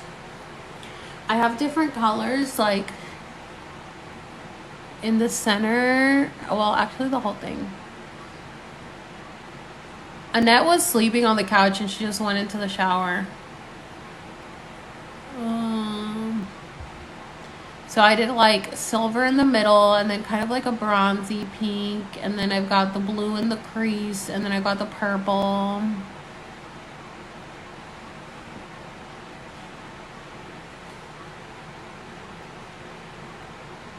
And I don't even have a filter on, so this is what it actually looks like.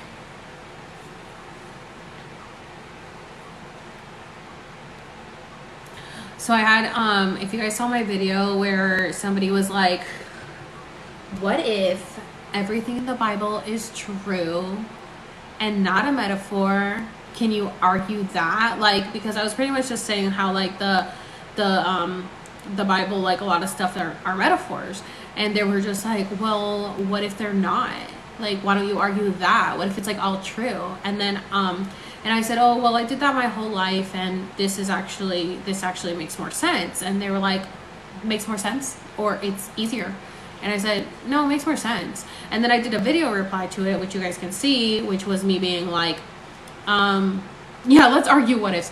Where I was like, well, you know, I did this my whole life. Like, this is not easier. Like, it's harder to go against what I've been taught my whole life. Like, obviously my parents aren't happy about it. Like, they think that like Satan is getting in the middle of our family because I decided that I don't believe in, you know, religion, and that, you know, I don't believe everything in the Bible, and I'm into spirituality and all this stuff.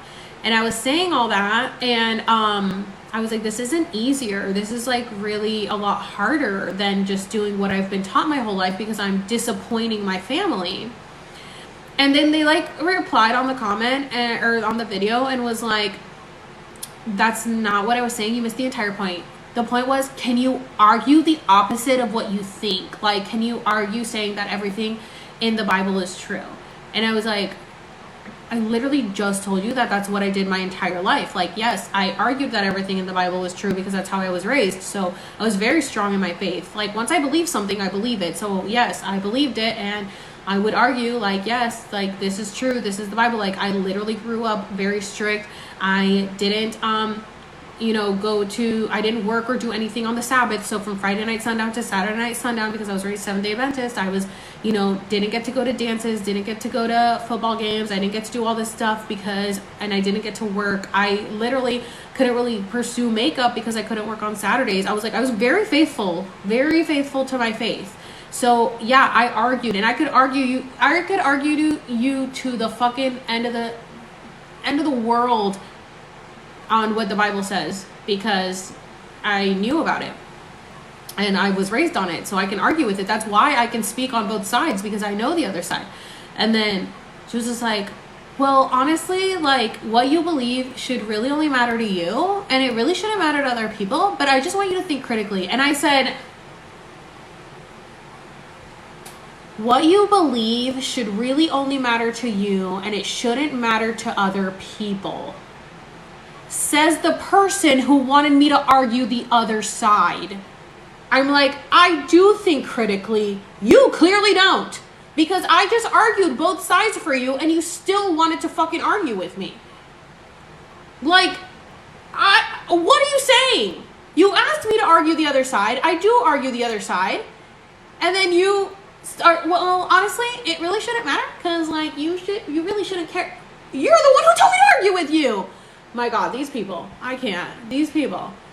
Oh my God! Hi, Christina. Yeah, it's a loose interpretation. Like, I could, but I don't wanna. No, like, you literally asked me to, so I did. And then you want to like backtrack and be like, well, and they were like, well, what about like Adam and Eve? And I'm like, Adam and Eve was also a metaphor. Like, hold on. You want me to argue that Adam and Eve like really ate from this tree, and like, I mean, I get it because I used to argue it, right? But I'm like, now it's just, everything makes so much more sense now when you're not like, I don't know. It just makes more sense. I don't know what to tell you, but that's why they don't even deserve the energy. So I have a video in my drafts talking about Adam and Eve and how I think Adam and Eve was a metaphor for us, and to see if we would fall asleep and, you know, or like fall back into a sleep cycle, because we've done this before. So when we eat the apple or the fruit from the tree of knowledge, it's essentially us opening up our third eye and realizing the truth. Hi, from Puerto Rico. What part? I'm from Ponce. So I'm like, Why? And then, okay, so here's the thing. I watch TikTokers that were very religious and now aren't. And I like watching them because I like hearing other people's perspectives, you know? And oh, Salinas, oh my god, how cute.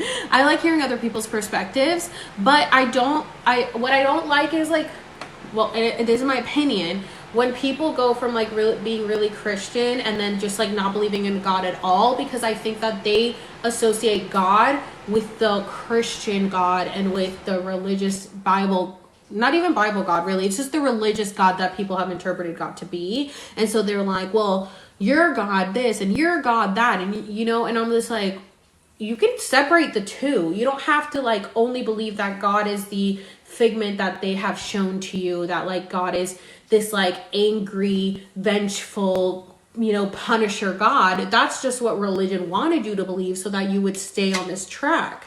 But what if God isn't like that at all, and God is just, you know, forgiving and loving and wants the best for you and wants you to live your best life? Why can't you still have a relationship with God and love God without the religion and the Bible? So I think that people who like go from one extreme to the other, like still view God as the vengeful God that they were taught in religion, but they haven't been able to change their perspective of God as like, God is not like that at all, because we all come from God and God didn't create us that way. And a lot of people think, well, if God is so great, why does he allow all this destruction? Why does he allow this and that? It's like, we did that.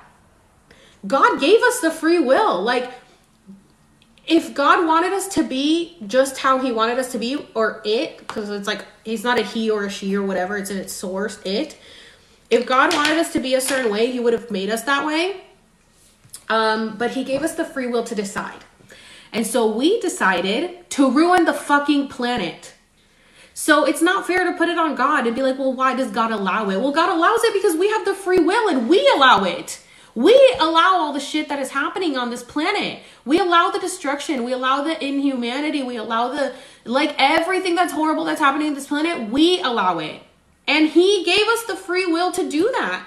He literally just said, you guys, here it is. Do what you want with it, what you will. And we do it. So why do we always keep blaming someone else for our own actions?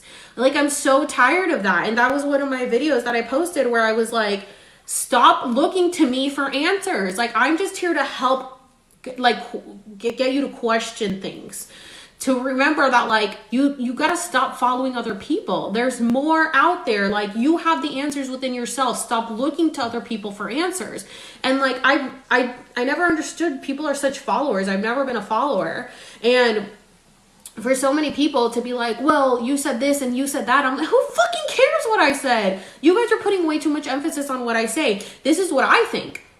Take it or leave it. Why do you care? I've never gone through and, you know, sit here and judge people on their beliefs, because I'm like, okay, like I said, okay, the people that become so, you know, the other extreme, it's not that I'm judging them for it. I understand where they're coming from. I'm just saying, like, I wish they could see that God isn't this evil God that's you know, purposely letting these things happen. He's letting it happen because we do it ourselves. You know what I'm saying? And so I would like them to realize, like, hey, you don't have to hate God. Like, that's just what religion wanted you to do. It's like, you know what I'm saying? That's the other side of the coin. So in other words, you went from like being super into it to being on the other side of it, of like hating God. But like, God didn't do this. Religion did it. So like, hate religion, but don't hate God. You know what I'm saying? So I think like a lot of people like to put all this blame on other people or other things instead of putting blame on themselves. And like, obviously not us ourselves, like some of us didn't do that, but we do let other humans get away with this stuff. Like the people in charge right now, which aren't essentially really people, but the beings in charge right now are very evil, and they keep doing stuff to harm our planet, and we've all just been sitting idly by letting it happen. And so it's like, how can we be mad at God that these things are happening, but we're letting it happen? Like, we literally just let the world be destructed by just sitting back and being like, well, it doesn't affect me personally, so I'm just gonna let it happen. You know what I'm saying? Like, this is our fault, humanity's fault. This isn't God's fault. This is humanity's fault. Yeah, the narcissistic indoctrination that stops us from being our highest selves. Exactly. That's the problem. It's like religion wanted to keep us so asleep, and I never understood it. I remember, like, somebody earlier said, I thought your mom was a conspiracy theorist. Yes, my mom is a conspiracy theorist. She is very big into conspiracies. It's Chili's fault. But you know, it stops at a certain point. So, like, yeah, she believes in all the conspiracies that I talk about as far as, like, the elite and everything that's going on, but she will not question the Bible at all. Like, the Bible is the word, and it ends there. So, you know, growing up, if we ever wanted to, like, have a discussion, everything would be, well, the Bible says, or God says, and we'd be like, can we have a discussion without including God or the Bible? She'd be like, no, because God is the ultimate, so that's it. And we'd be like, okay, so we can't, like, have a conversation with you as a person. You just always want to talk about God. So that's why I just, like, had to cut her off, because I'm like, I can't have a conversation with you as a person. You just want to only talk about God and the Bible. So, and that just, I feel like that, again, is very limited thinking. It's like, you have your own brain. You can use it. Why do you think that God wants you to be dumb? Like, that's what I keep asking people, is why do you think that God wants you to be dumb? Do you think that God wants you to stay ignorant? That's essentially what the, you know, Adam and Eve story is saying. It's like, don't eat the fruit of knowledge, because you'll know too much and you'll be like God. And it's like, when you think about it, you're like, wouldn't God want me to know the truth? Like, wouldn't God want me to know it, you know, right from wrong and the truth about everything? No, you want me to just stay dumb? Like, it just doesn't make sense. Like, the story doesn't make sense, you know? So it's just, when you think about it logically, you realize that, oh, you know, I just don't understand why God tests us. So the thing is, like, if you watched my video where I said what happens after we die, hold on, I want to read this. It's like, I think some people just want to stay asleep, 100%. Some people want to stay asleep really bad. Okay, so I posted that video about Dolores Cannon and what happens after we die. And it's not really God testing us. It's us testing ourselves. So it's our higher selves testing us, because we are on this earth school to learn lessons. Because, okay, so here's the theory, the egg theory. The egg theory is that there's a source, there's God, and then he or it broke up into a, like, essentially like the Big Bang, but whatever, broke up into a million different things and beings, right? And through all these beings, he went all the way to the bottom, to the most simple being, which is first density, first density is the state of beingness. So it's like wind, what is it? Wind, fire, water, air, fire, water, and something else. Those are the states of beingness, right? So we come in first density because we came from the highest source and we go all the way to the bottom, and then we start at the bottom and work our way up. Earth. So earth, fire, air, and water. So those are the 4 states of being. So that's where we start off. So we start off down there so that we can feel what it's like to be that, because we are all one. So then when we go through that stage and we feel what it's like to be, like, I was water, so I felt what it was like to be water, and that makes sense why I'm so connected to water. So I was at water, and then once you know, feel what it's like to be water, then you ascend into the second density. Then in second density, you feel what it's like to be, you know, like a plant. So you could be like dirt, you could be a rock, you could be a tree, you could be a flower. You pretty much feel that, so you could feel what it's like to be that. And then you ascend, you do second density like 3 to 4 times. You become different things. And then in second density, then the highest being on a second density is to be an animal.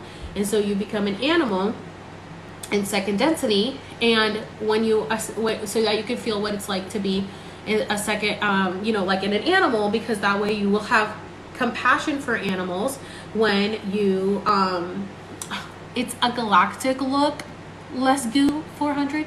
Okay. It's the alien theme. So you feel what it's like to be an animal, so that you will have compassion for animals when you ascend into the third density. So when you finally ascend from being an animal, which I do have a video about it, when you ascend from being an animal, you ascend like after you feel unconditional love. So once, which makes me so happy, because then my dog is probably going to reincarnate as a human, because we showed him unconditional love. And so then he ascends from being an animal into third density, and then we become a human. And so that's where we are right now. And then we have to do the human life a few times, because we have to experience a lot of stuff. So when people say, why does God test us? God isn't testing us. We're testing ourselves.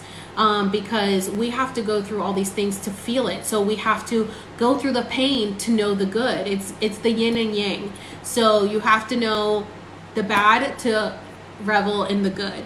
So when I feel like, oh my God, dude, like my life, like growing up was so hard, and I went through so much heartache and pain, but then it's like, now I get to enjoy the good stuff that happens, because I went through so much difficult time.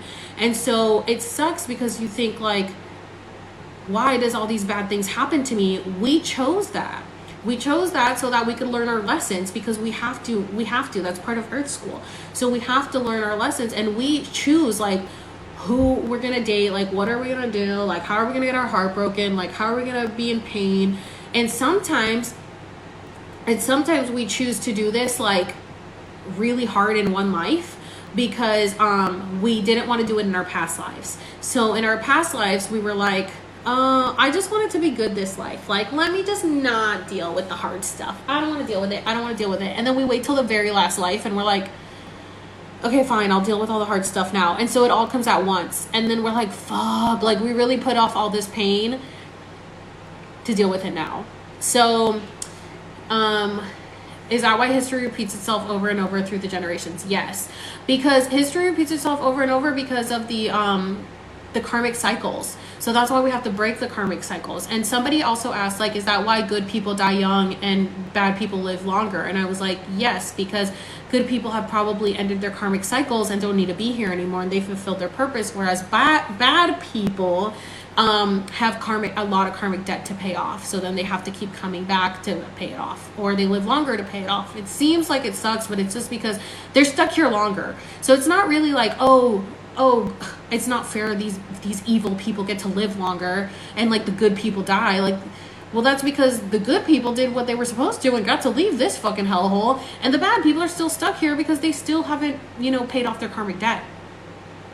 So they end up having to live here longer, and we need to break the generational curses. And I feel like a lot of us are doing that now, like especially this generation. If we don't learn our lessons in the first experience, we have to do it again. Yeah.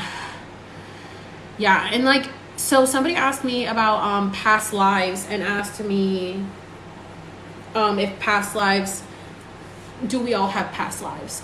And I said, we all have past lives, but it doesn't mean we've lived a lot of lives on Earth.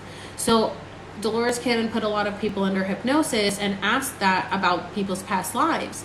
And then at one point, they would tell all about the past lives. And then at the end, then she would be like, okay, so how many lives has he lived on this earth? And they'd be like, oh, just this one. And she'd be like, how did they live all these past lives, like that we talked about before, but they've only lived one life on earth? And they were like, oh, well, because sometimes they get imprints of other people's lives. And then she's like, was their past lives like real, or was it just imprints? And they're like, well, why does it matter? And she's like, well, I want to know because I'm doing like a study on this, and like people are going to want to know. And then she's like, and they're like, well, it doesn't matter. It doesn't matter if it's real past lives or if they're fake past lives, or not fake, but like imprint past lives. Because the point is, they have those memories of those past lives, like their soul has those memories of their past lives, so that they know how to handle this life. So like, it seems like we go through all this shit, you know, or whatever, but sometimes we've been through worse in our past lives. And this is like the best life we've had so far. You know what I'm saying? One of my friends did ayahuasca, and she said she remembers she was a spider, and she was stuck in a spider web, and she was like, I was just in the spider web like this, stuck in the spider web. And I remember seeing, like, you know, that neon, like, cowgirl with, like, the lasso that, like, you know, lights up or whatever. I remember seeing that, and I remember time moved so slow. And I'm just stuck in this spider web forever.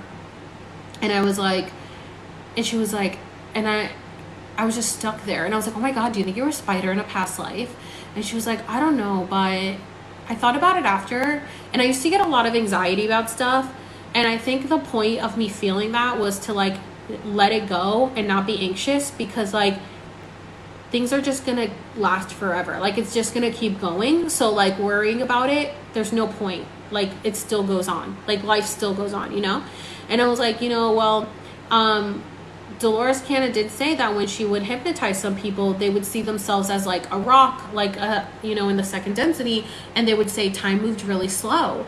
And she would ask them, like, why did you show them their life as a rock? And they said, well, because we wanted to let them know that they have more freedom now than they did back then. And so to you, like, don't get stuck. You have so much more freedom. You can do so much more than you did in that second density. And I told her that, and she was like, oh my God, that's so crazy. Like, yeah, that's literally what I felt. And I was like, yeah. So she experienced that because that was something that she needed to go through, was like, oh, I don't have to stay stuck. And in my anxiety, it's just like, let it go. Like, what's going to happen is going to happen. So sometimes we think we're living like the worst lives, but I think all of us are essentially living the best lives we've lived so far. Because we've gone through a lot in the past with our lessons. And we have more freedom now than we did before, even though it doesn't seem like it. It really doesn't seem like it. So imagine how little freedom we had back then, you know?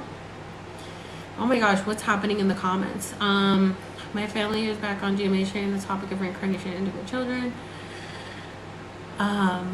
Yeah, I guess I should make some videos about it. I got a lot of good questions on my what happens after you die video, so I can definitely make I can make some videos on that too.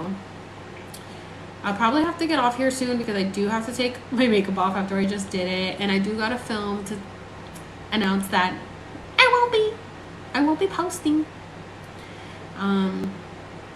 Akashic Records. Oh my gosh. Did you end up reading your own Akashic Records? Like, I really want to be able to read my own. I've only been able to just have, you know, other people read my Akashic Records. I don't know how to do it myself. I'm hoping that that's something that I can also, like, tap into with my, I'm hoping that's something I can tap into with my ayahuasca, you know?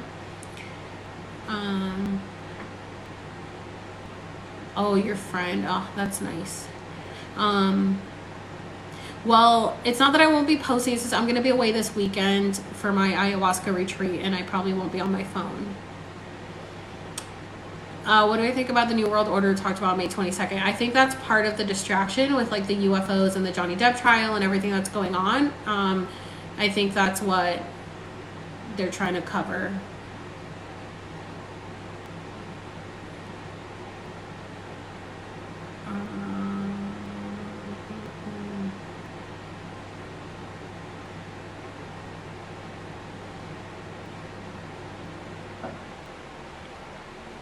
The internet is basically just Akashic Records, but in a digital form. Well, I want to be able to figure out my own Akashic Records. Although some people, the people that did my reading did a really good job.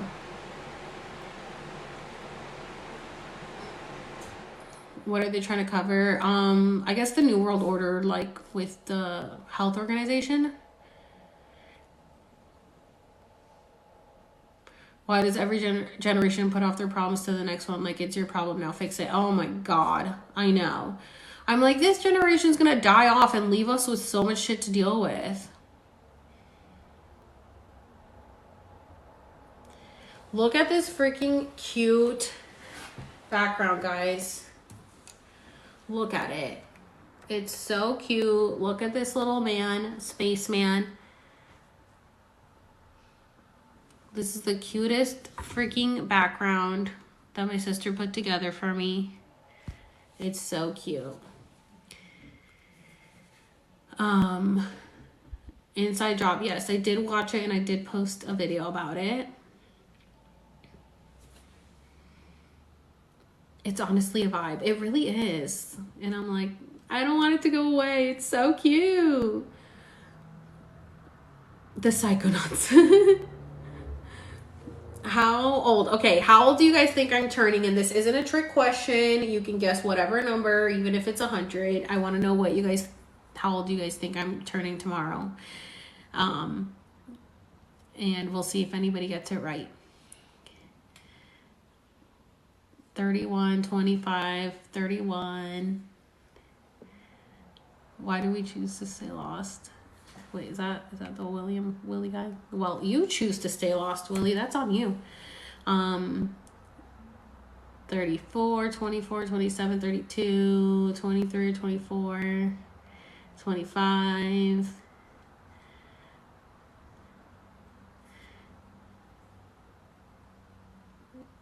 Wait, what is a trick question? You're putting all your lives together. I don't know how old I am with all my lives put together. Somebody, well, I guess I know how long I've been here. It's one of my past lives. Oh, yeah, Doctor Strange. You seem older, but you look younger. Well, that's good. 30, 33. Oh, ageless.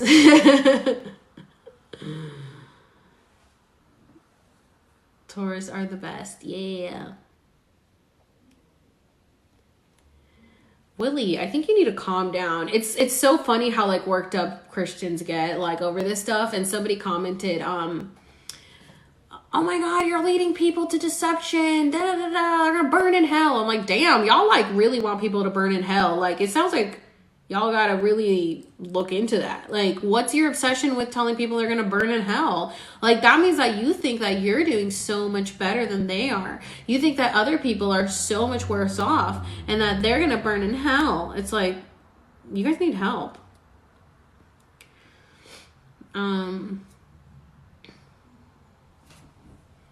34. Hello from Honduras. Yeah, we've been talking about a relationship, Willie. I don't think you know the difference because you're associating religion with a relationship is the problem. The way you're acting is very much indoctrination. So you say you're not Christian, but you're acting like it. And like, if you're going to be in heaven, I don't want to be there. Dude, my sister used to say that all the time. My mom would be like, you know, to get to heaven and blah, blah, blah. And my sister's like, if I have to be in heaven with these people, I don't want to be there. Like, that is not my idea of heaven. She was so right. Do you think Amelia Earhart saw better land outside the dome and that's why we can't find her? Okay, so if you guys watched American Horror Story season 10, they talked about the Amelia Earhart theory about how she was abducted by aliens. So now I kind of wonder, maybe she was abducted by aliens because they put it in the show and, you know, they tell us everything. They tell us everything in real life. The palettes I used were all dupes, so you can't buy them anymore. The app shut down that I used to buy them on. Anyways, I'm turning 35, guys. That's how old I'm turning tomorrow. Well, I guess now, pretty much. I'm 35. But not really, because, you know, this is just a number on this planet. I'm ageless, as somebody said. Thanks. Yeah, I know. Can you guys believe I'm turning 35? Isn't that crazy? Do you think we're in the end times or there's going to be a rapture? We're in the end times. We're in it right now. But there's not gonna, oh my god, that's so cute. There's not gonna be like a rapture, like people are just gonna disappear, I don't think. There's just gonna be people that like shift into the new earth, and then some people don't, and so we're not gonna be living in each other's realities, so they're probably gonna think that there was a rapture and that we left with it, but we're just gonna be living in the new earth, essentially. I don't know. We kind of just are creating our new earth, you know? Yeah, we've been in the end days for a very long time. Oh my God, Willie is getting so emotional. It's so funny how emotional men get, you know what I'm saying? Like, ooh. Okay, guys, I'm blocking Willie because he's getting really emotional. I think he might be on his period, and like, we don't need the emotional men in here, okay? You know what I'm saying? We're having a great time, and it's so funny how emotional guys get. You know, just like Tiffany Haddish said, they're just mad their coochie fell out. Did you guys watch that video? He's emotional. Yeah, literally. Like, yeah, we're over here like celebrating my birthday. It's a vibe. And then like the guys come in and are like, oh my God, like, are you guys good? I don't get why people interact with stuff that triggers them. Honestly, it's so weird to me. I've never understood it. If I see something that bothers me, I'm like, scroll. Like, I just can't imagine like fighting with people over it. And they're like, but I'm going to heaven because I love God. But you are wrong. I'm like, okay, you guys are like so angry. That doesn't sound very godlike.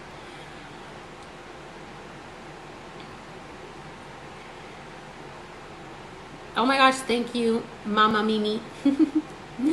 I love your channel because a lot of people think I'm crazy. Yeah, everybody thinks I'm crazy. I'm not gonna sacrifice my algorithm to engage them. Yeah, dude, like, I don't understand how people think that like commenting on stuff isn't gonna land me on their For You page more. Like, are you guys okay? Yes, I'm very excited about ayahuasca. We'll see how it goes. I'm super excited. Am I spending my birthday alone? My sister's here. Exactly, just give them more of your content. Like, I don't get it. When people are like so angry in my comments, I'm like, you guys realize that I'm just gonna, and then when I block people because they're super annoying and won't stop commenting on my stuff, I'm like, okay, like, time to block you. And then they come on another account and they're like, block me here too. And I'm like, okay, block. Like, why do you guys think I'm gonna like leave you here talking shit on my page? 6 minutes on the East Coast. Oh,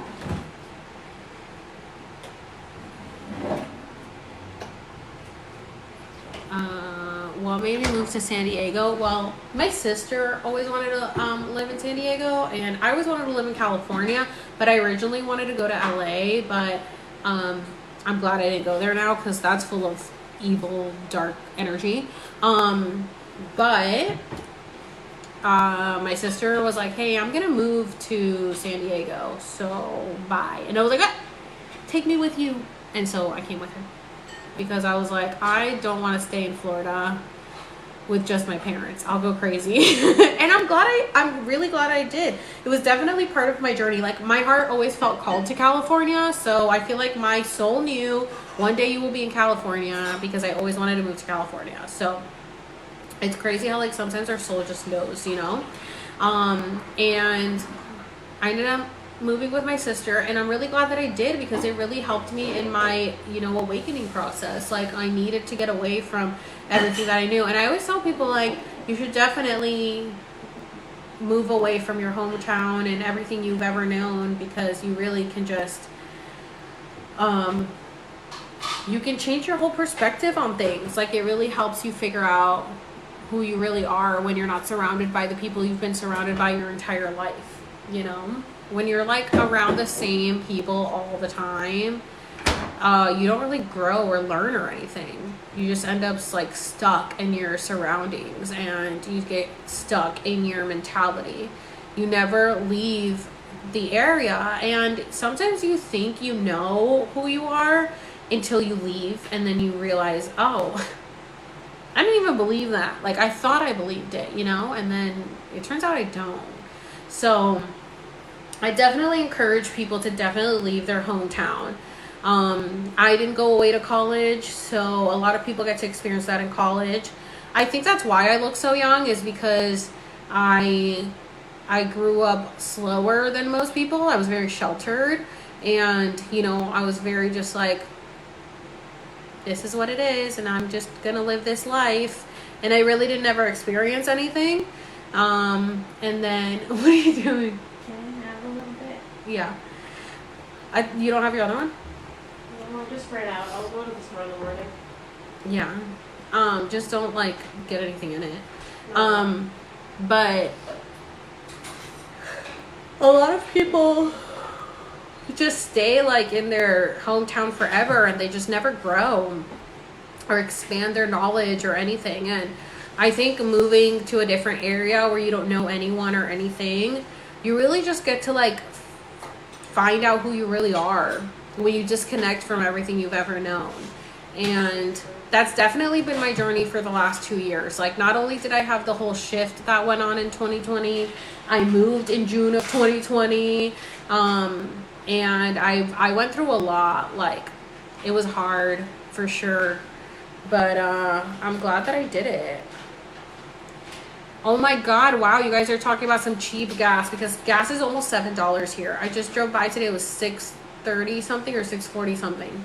It's so expensive, and I'm literally driving like 6 hours this weekend, and I'm like, oh my god, the amount of gas I have to put in my car. Oh my god, you guys, what if I look like this? If I get like a facelift, I just look like this.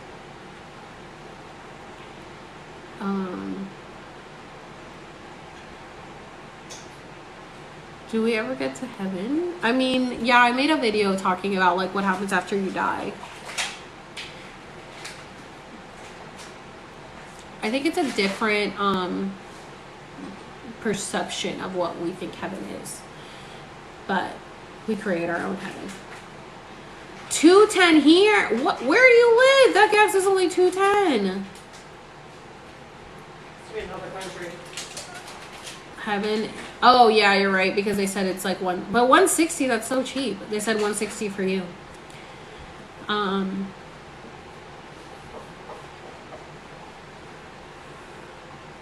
Try the tape.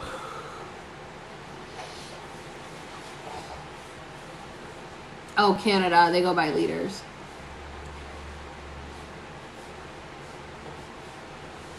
Do we ever see our loved ones? Yeah, I watched my video of what happens after we die, which, yeah, you'll like, when you die, you're gonna have your guides and your loved ones like waiting for you when you die to help guide you to the afterlife, essentially. And yeah, you'll get to see them. Am I still getting ready? No, I'm done. This is my galactic look.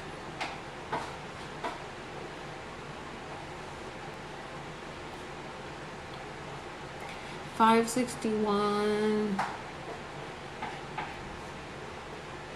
Happy birthday. No, somebody tagged the Book of Jonah in my videos, but I don't know who it is. Oh, thank you. It's officially midnight on the East Coast. Officially my birthday on the East Coast.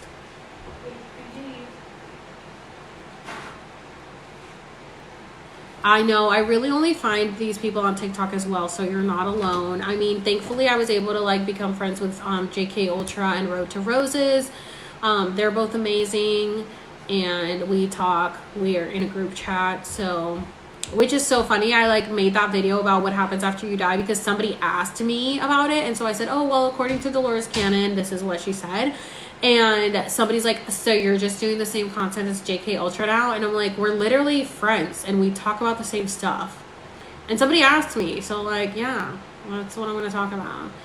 Like, why do people, do you think that there's only like one person that can talk about this stuff in the entire world? Like, we can all talk about it. There's plenty of room for us to all talk about it, especially if we all want to teach more people so that more people can understand everything. Yeah.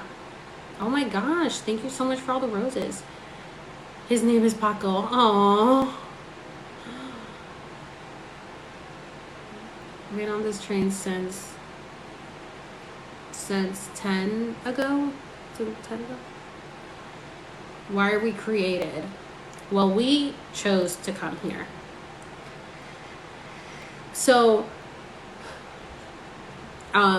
they say that Earth School is a very coveted place, believe it or not. And a lot of people want to come to Earth to learn, you know, to go through the Earth School. And there's like a very long waiting list. But I don't know why. I think they don't know what it's really like here, the people who are on the waiting list. But we choose to come here because I guess, I don't know, I think it makes you wonder because it's like there's people in the astral or souls in the astral that are just kind of hanging around and are like, well, I'm kind of bored here. Like, there's really nothing exciting going on. There's nothing to do. What if I just like go down to Earth and like, you know, fuck shit up? Like, why not? And then they do it. And then we do it. And then we forget. And then we get here and we're like, fuck. Why am I here? But we figure it out eventually. Apparently I'm a starseed. I don't know who let me sign that waiver to get here. Dude, same. But I really feel like I just got here in a way. Like, I know I have past lives, but I think they were imprints. Because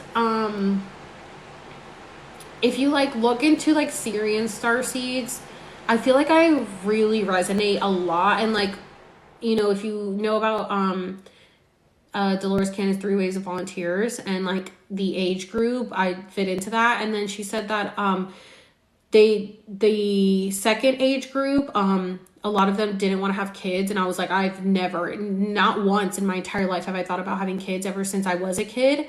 I was very adamant on not having kids. And I came here like knowing the truth, but being essentially brainwashed to like unlearn everything that my brain already knew. So I was like, I feel like I definitely was just sent here. Like, I really volunteered for this life because of everything I've been through. It just adds up. And I'm like, I feel like I really did volunteer for this life.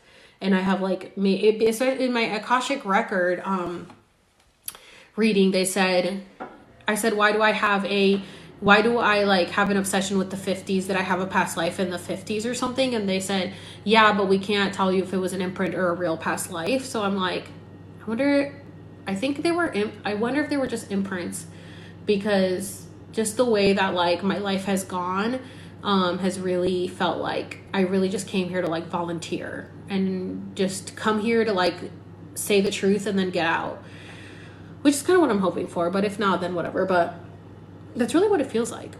So I know there's a lot of star seeds here right now because Earth is in like very big danger, essentially. But they're not going to let it. Oh my God, you got your tube taken out. Oh, I'm so jealous. I literally want to get freaking sterilized or whatever, like so bad. I want to not be able to have kids. And honestly, like, I don't know, maybe I can't even have kids and I just never got tested for it, but I really want to get, my sister like just sent me a TikTok of this girl that got the sterilization, and I'm like, I need to know where. Well, I've already been like looking it up and like on Reddit and stuff because I really want to get the surgery.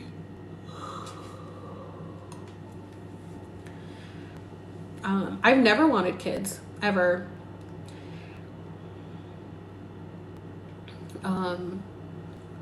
I think it's because, that's another thing that Dolores said, is that the volunteers that came never wanted kids because they knew they had to come to end the karmic cycle.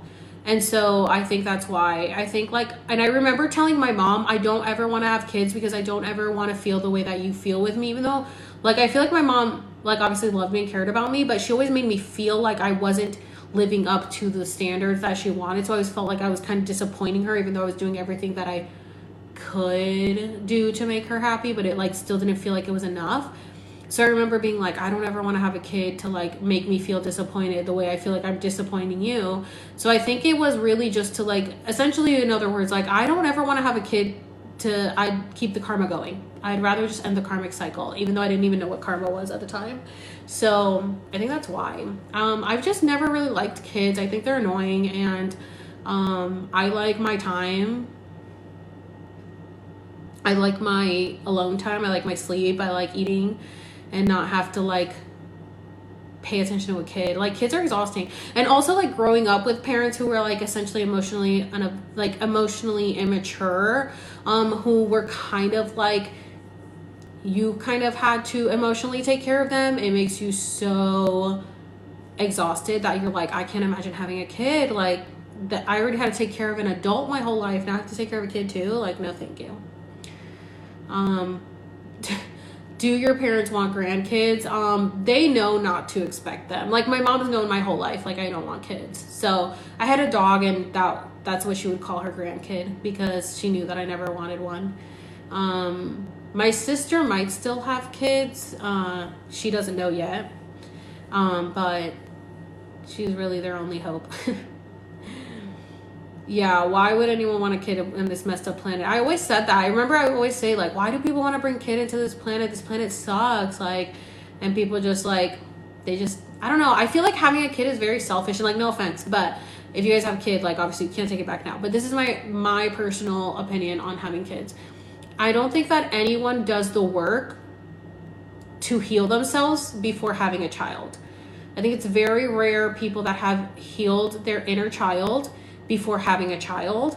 I think that there's no selfless reason to have a child. I think most people have kids to heal some trauma that they had, that some hole in their heart that is missing, or they just want to see what the kid looks like, or they want to do things that their parents didn't do with them. It's always very selfish reason. That's how I see it. I feel like it's very rare that people are like, I just want to have a kid to like provide it a home to live in and to, just, I don't know, like just have it like, okay, here you go out into the world and just like, don't be a murderer or something.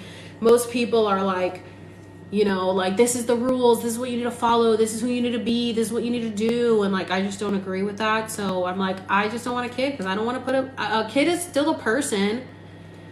They're still a person and they have like their own thoughts and their own, ideals kind of thing, even though like we do kind of gotta, hey, this is wrong, don't kill someone, don't do these things, but like I think a lot of parents want their kids to be like mini versions of them, and don't really let their kids explore who they really are. They kind of trap them. And then just like the whole public school system is a trap, the whole workforce is a trap, like it's just all a trap. So I'm like, why would I want to bring an innocent life into that? I mean, I understand that like our souls choose to come here, but I just never wanted to be a part of keeping that cycle going. So that's why I feel like maybe I am a starseed. Like maybe I did choose to just come here to like speak my truth and get out, because I really never wanted to keep the cycle going.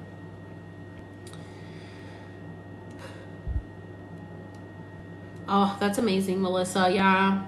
There's so many parents that just will not like, first of all, a lot of parents have kids really, really young and they're still a kid. Like my parents were still kids when they had me. Like my mom was 21. Like, come on, that's still a kid.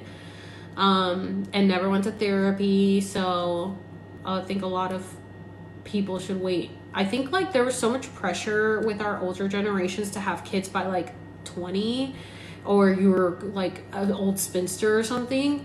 And so I think now people are waiting so much longer to have kids, which I think is good, because we really should wait till we're older and really figure out like who we are. I think you change so much in your 20s. Like in your 20s, you think you know everything and you like know nothing, and you change so much in your 20s. Like imagine if I had married the boyfriend I had when I was 20. We would be divorced 100%. Like there's no way. I'm such a different person than I was literally yesterday. And so like for me, it's I've never like wanted to get married either. So this is what I'm telling you. Like I'm not normal. I never wanted to get married, but I always wanted to just have a partner. And you know what? You know why I think I'm definitely a Syrian starseed, or a starseed for sure? Because the way that we ascend to the fourth density is by learning unconditional love, right? Like that is our goal as a third density is, oh my God, 1111, unconditional love, right? My whole thing ever since I was little, all I ever wanted in life, I was like, I just want someone to love me that doesn't have to love me. That's all I used to say. Where the fuck did that come from? I swear, I came here with that in my head. I want someone to love me that doesn't have to love me. And I'd be like, not my family. They're my family. They have to love me. I want someone to love me that doesn't have to love me. You know why? Because that's unconditional love. Like, that's real love. Like, you don't have to love me. You love me because you want to love me. That is what we're all here to learn anyway. Is like how to love people without needing to love them. We just love them. And so I think that's why I feel like I'm definitely a starseed, because I was like, wow, that was really my whole goal in life, was like finding someone to love me that doesn't have to love me. And I think it was really just like showing love, really.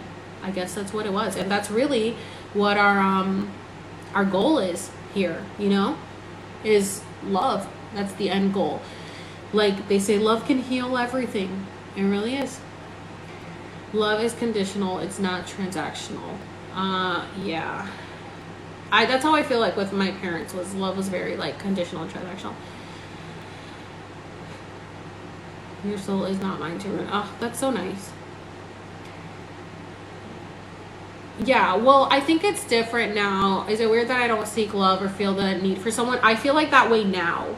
When I was younger, up until like I went through my whole shift, I felt like that. Like I was seeking love. And now I realize like I don't need love from anyone else because I love myself. But I didn't fully love myself before because I wasn't being true to myself. I was really doing things to please others. And so when you're doing things to please others, you can't fully love yourself because you're not fully in your purpose. You're not fully being who you really were meant to be. You have conformed to other people's standards. So when I was living my life doing things to please others, I was seeking love from other people instead of realizing like, if I could just do what I want to do and be happy with myself, then I don't need anybody else's validation because I love myself. And that's the place that I'm at now, where I'm like, I don't want anyone because I'm finally happy with my life and I'm happy where I am. And I want to keep exploring myself in, you know, so many different ways that I didn't get a chance to my whole life because I was too busy pleasing others. And like now I have the freedom, like I have the freedom to do whatever I want. I can travel wherever I want. I can do whatever I want. I have no limitations. Like I had very much limiting beliefs before, and like now I don't have the limiting beliefs. So I can just do whatever I want, be whoever I want without any limitations. And it was really hard before because I felt like this is life. Okay, like this is it. And I used to be like really unhappy. I used to be like my life seemed fine on the outside, but I used to literally tell my sister and like my family, I'd be like, I really hate living here. Like I hate this planet. I used to hate being on this earth. I used to say it all the time. And my sister was like, you sound depressed. Like maybe you should go to therapy. And I was like, I hate living. Like, but I knew that I couldn't kill myself, and I never wanted to kill myself. Like I never thought about it, but I think I just thought like if I kill myself, there's no point. I'm probably going to end up like having to do it over again or something. And then I just used to be like, I just have to tough it out. And then I was just so unhappy with my life. And then it wasn't until I just like started, you know, doing whatever I wanted that I was like, oh, I don't have to live that life of like just this in a box. Like I can really just do what I want and like be who I want to be and not be worried about other people's perception of me. Not that I ever was worried about other people's. It was more just like my family, like my mom. I used to tell my mom, I was like, I'm more scared of you than I am of God. Like I think God's cool. You are the one who's going to want to judge me and like, you know, damn me to hell. So it wasn't until I was like, I ended up just being like, I can't talk to you anymore, to my mom, because I was like, you're too much. And I cut her off, and I finally was like, oh my God, I feel free now. Like, without her judgment all the time and like wanting to condemn me all the time. And then now I feel so much better. So then I was able to, I cut out the toxicity in my life that was keeping me like held down. Oh my God, your mom's an Aries. My mom's an Aries cusp. She's an Aries Taurus cusp. Whew, tough. It's April 24th. I always think of her as an Aries. I don't think of her as a Taurus. But yeah, and it's like, until I could finally like cut out the toxic in my life, I was like, I literally had to cut out my parents, because I was like, you guys are too much. Like, I cannot handle it anymore. Like, I need to live my life on my own. And then now I feel like so much happier. And I know it's like really hard for people, and I'm not saying that like, if you don't feel it, like if you feel like your parents are cool and you have a good relationship with them, obviously I'm not telling you to cut your parents off. This is what I had to do because of I'm a Taurus, because of just my relationship with my parents. It was too tough to keep them in my life. Like, it was too much. So now they're just at a distance, I don't talk to them on the phone, and I really haven't talked to them since January. They just texted me like for my birthday and stuff, so I texted back, but that's pretty much it. 16 years, no contact with my narc mother. Yeah, my mom's also narcissistic, so that's another thing. It's really, really hard to deal with a religious narcissistic person. Is really hard. My mom, my husband, and dad are Taurus. Are they still Seventh-day Adventists? Yeah, my mom is. My dad never was. He just followed whatever my mom did. Yeah. Oh, thank you. Why are all parents narcissists? I don't know. I think it's something with like the boomer generation that really created narcissistic parents. I hate that businesses made. Do you believe in manifestation? Yes. I have a video on how to manifest. Hispanic parents. Yeah, I know. And you think you can't cut them out, but you can. I thought the same thing, but you can. I know it's hard to think about. It's hard to imagine, but once you really set those boundaries, like, you just have to do it. Otherwise, they're just going to keep taking advantage. I think like moving across the country really helped for sure, because they can't just show up at my doorstep. My mom used to just show up all the time. I just don't answer the phone, just don't have to reply back to texts. But obviously I gave warnings. I didn't just do it overnight. Like, it took like, the 2 years from when I started shifting, where I was like, hey, like, this is what's going on. Like, this is how I feel. Like, I had a lot of conversations of like, this is how you make me feel. This is what I don't like about our relationship. Like, I don't want to talk to you if this is how you're going to act. And then, they just kept crossing the boundaries, and I'd be like, hey, stop talking to me about this. I don't want to talk about it anymore. Hey, stop doing this. I don't like this. And then they just kept doing it until the point where I was like, okay, I'm just not going to talk to you anymore. Block.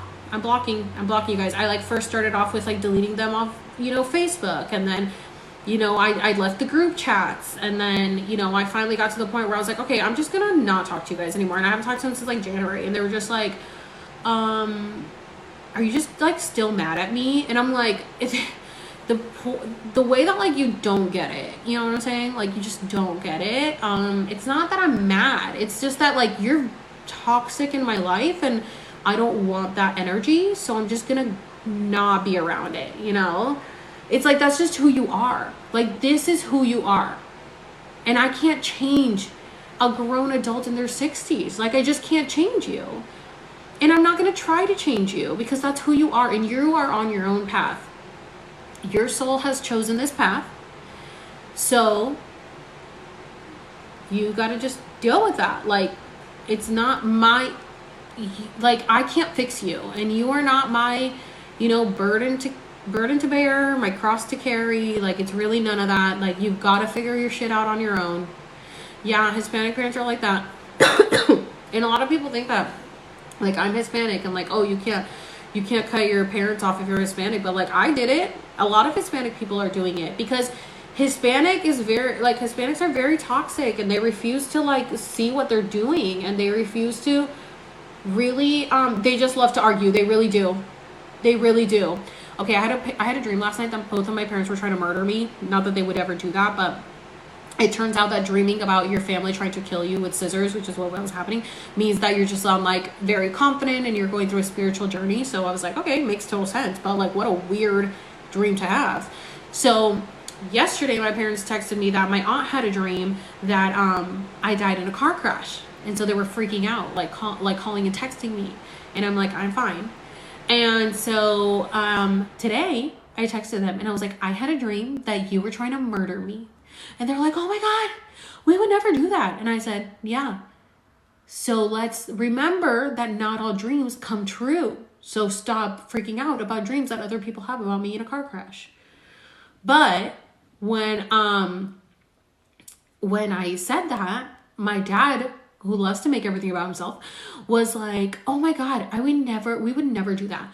But like, let's say I had that dream, it would probably be like you and your sister were trying to like kill me and your mom. But then I would just like pray for you guys. And I'm like, nobody asked you. I was talking about my dream. And then you had to turn it into about you, because everything's got to be about you. And then my mom was like, oh my God, we would never do that.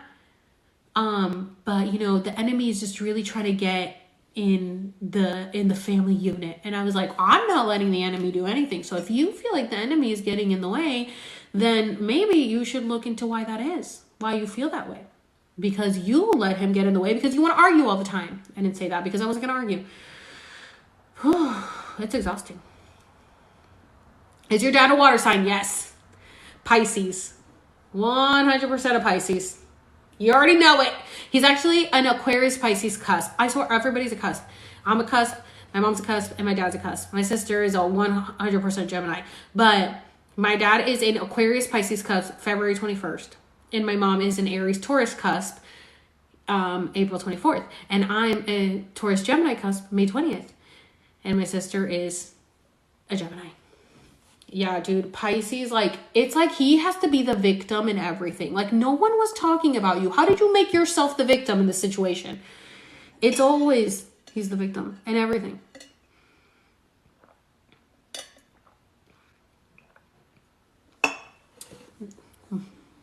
My mom can't hear me out. No, literally. Like, you try to have a conversation and they're like, so you're saying that you hate me. And it's like, nobody... Your birthday's tomorrow, my birthday's tomorrow too. This is my early birthday celebration.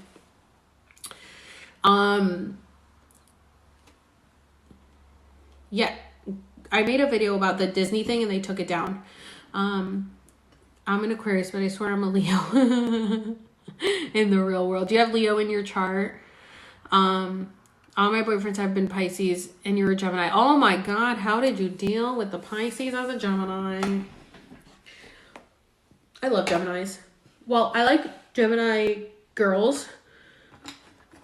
Gemini guys are crazy. Oh my God, your birthday's May 20th too? Look at all us Taurus twinsies. Taurus Gemini twinsies. And then somebody asked me, do you feel more Taurus or Gemini? And I said, actually a mix of both, because my chart, my big six is all Taurus and Gemini, except for my moon is Pisces. So I feel both Taurus and Gemini. I don't ever feel like I'm just one. Can't stand Taurus men. Dude, I've never dated a Taurus guy, but I have heard the worst stuff about Taurus guys. Like, I hear they're so bad. And I was like, dang, Taurus guys must be really bad. I'm going to 5 years with May 21st. My cousin's birthday is May 21st, and my ex's mom's birthday is May 21st. Gemini. I love Geminis. I'm a Taurus man. Taurus women are goddesses. T. May 24th. What's your rising? Taurus. So I'm a Taurus sun, Taurus rising, Taurus Venus, Pisces moon, and then a Gemini Mercury and a Gemini Mars. And then I'm a Taurus Gemini cusp. So I feel like I'm mostly just Taurus and Gemini. But my emotions are definitely Pisces. I get very emotional and cry. for sure. I'm always like, I'm so empathetic that I'll just cry over other people. I'm like, I like cried when like high schoolers couldn't walk in graduation because of COVID. And I was like, I graduated in 2005. Why am I crying over these high schoolers that I don't even know? I just felt so bad for them. I'm just like always crying over other people. I'm like, oh, I feel so bad.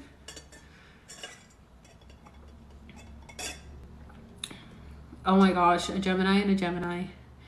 Thank you, whoever said happy birthday. Yeah, dude, like my sister, I'll be talking to my sister and I get watery eyes and she's like, are you gonna cry? And I'm like, and she's like, oh my God. She's a Gemini sun, a Leo moon, and Annette, are you a Gemini rising? Yeah. And she's a Gemini rising. Isn't that funny? I'm a Taurus sun and a Taurus rising, and she's a Gemini sun, a Gemini rising. And she's a Leo moon, so she's not emotional at all. She's an air sun, air rising, and fire moon. So she's not emotional. And so she's always like, and her version of crying is like one teardrop. And she's like, I cried. And I'm like, I feel bad. Cancers are so emotional. Or Leo's not emotional. I think Leos are emotional in a way because my ex is a Leo and like I have friends that are Leos and they're emotional. But I think like the fire, I think with her being a Leo moon, I think it's more of like fire than like emotional. How do you feel about two Leos dating? Oh my gosh. I think two Leos dating would be difficult because Leos require a lot of attention. And so when you're dating a Leo, you're like, you have to give them attention, but you want the attention. Like, okay, so I'm a Taurus and my ex is a Leo and we're very similar. Like, that's why we make great friends because we're so similar, but like, we're too similar because we both want the same things out of a relationship. So they say that Leo and Tauruses are great partners because they're so alike. But for me, it was like, we're too alike. Like, I want attention and you want attention and I'm a girl, so give me more attention. I'm not going to give you more attention. And he wanted a lot of attention. So I was like, you're going to have to find someone else because I can't do it. You want too much attention. Gemini sun, Cancer rising. It's getting a little overwhelming to say the least. I'm a Leo Taurus couple and it's hard. Yeah, it's really hard. It's like we make a great match like on a friendship level, but it's really hard like on a relationship level because you both want to have like the attention and you want to be catered to. And it's like, well, I need someone who wants to like cater to me. But Leos love to be catered to. So I'm like, okay, then you're going to have to find somebody who wants to cater to you because I don't want to. I'm a Taurus. Like, cater to me. Because we're literally the bull and the lion. Like, we're both very strong, you know? We're both very strong animals, like leaders and kind of thing. And then you're just like, okay, so who's going to take the lead? You both kind of want to like, you're used to taking the lead all the time. You kind of want to sit back and let the other person take the lead, but then they don't want to take the lead. They want you to take the lead. Oh my God, it's too hard. Although I will say Leos are very like people pleasers. So they'll do everything to please you, like kind of thing. But then you kind of have to tell them what to do. So like Leos they aim to please, but you have to walk them through it, you know?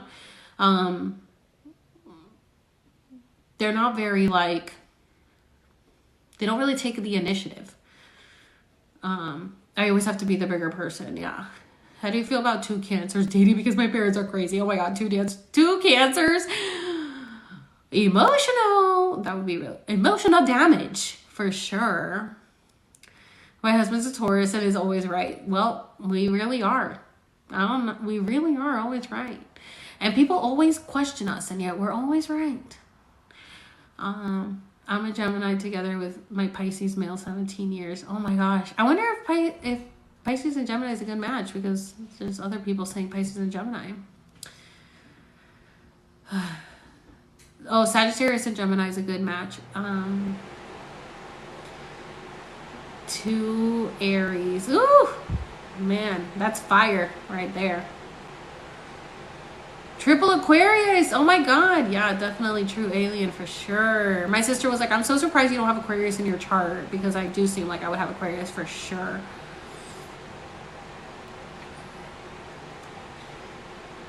There's other videos about that, the black thing. There's quite a few videos going around about something being caught in the moon the night of the eclipse. It's very suspicious. I am a Taurus, married to an Aquarius for 19 years. Wow. Oh my God, I dated an Aquarius guy, and Aquarius guys are so hard to date. I think Aquarius girls are amazing. Aquarius men are like almost as...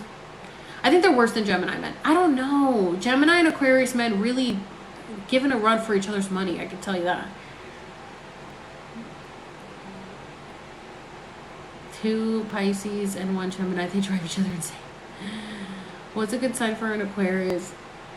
I don't know. For an Aquarius, I feel like Aquarius men are so insane. Like, Aquarius men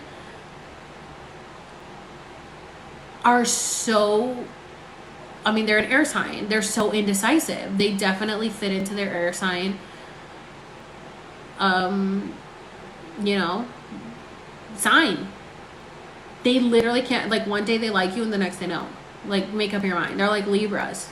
And Geminis. They're literally all the same. Yeah, literally. He would change his mind every 6 months. 100%. I was, like, literally seeing an Aquarius, and, like, one day he'd be cool and the next he wouldn't. And I'm like... My God, this is like, and like, I'm an earth sign. So, you know, we like stability. Dealing with an air sign was like, oh my God. But sometimes you kind of you don't want the whole, well, I don't, because I have so much Gemini in me that I like the confusion. But it also was like, oh my God, I can't keep up. There's a roller coaster. I wonder what 2 Geminis would be like. Because I think Geminis would get along, because my sister's with a Libra, and they get along because they're both air signs. So they like their space, they like their time apart, but they also like, you know, they connect on that level because they both have the foundation of both being air signs. So they get each other. 2 Aries, it seems like it would be very crazy. Like 0 to 100 in a second, in a millisecond, for sure. Leo and Gemini are really good, definitely in friendships, so maybe in relationships, except for the fact that Leos are clingy and Geminis do not like the clinginess. So I think that might be an issue, but Geminis like their space and Leos like the attention. So that's where they may clash, but they're very good friends. They're very good in friendships. Dolores Cannon was the research that I was talking about. I'm an Aquarius dating an Aries. Aquarius dating an Aries. So air with fire. I think Aquarius girls can date almost anybody, because Aquarius girls are really so chill. I feel like Aquarius girls are very earthy and very like go with the flow. I like Aquarius girls. They're just really nice. Like, most Aquarius girls are really nice. They get along with everyone. They really are just like they're like humanitarians. They're very into like you know, like the earth, herbal medicine, you know, alien, like very hippie. Like, all my best friend is an Aquarius. She's very into holistic medicine. My other friend is Aquarius. She's vegan. They feel like Aquarius, because we're entering the age of Aquarius, what we're seeing right now is very much what Aquariuses are like. The vibes, you know. Hey, Sam. So I feel like that's how Aquarius are. They're very just like, very with the vibes, you know. As an Aquarius moon, I'm very zen during my creative times. How do you feel that? Aquarius man and Aries woman, toxic. Oh my god, Aquarius man and Aries woman. Yeah, I feel like that would be very toxic. I'm an Aries, but I'm creative and stuff. Is that normal for an Aries?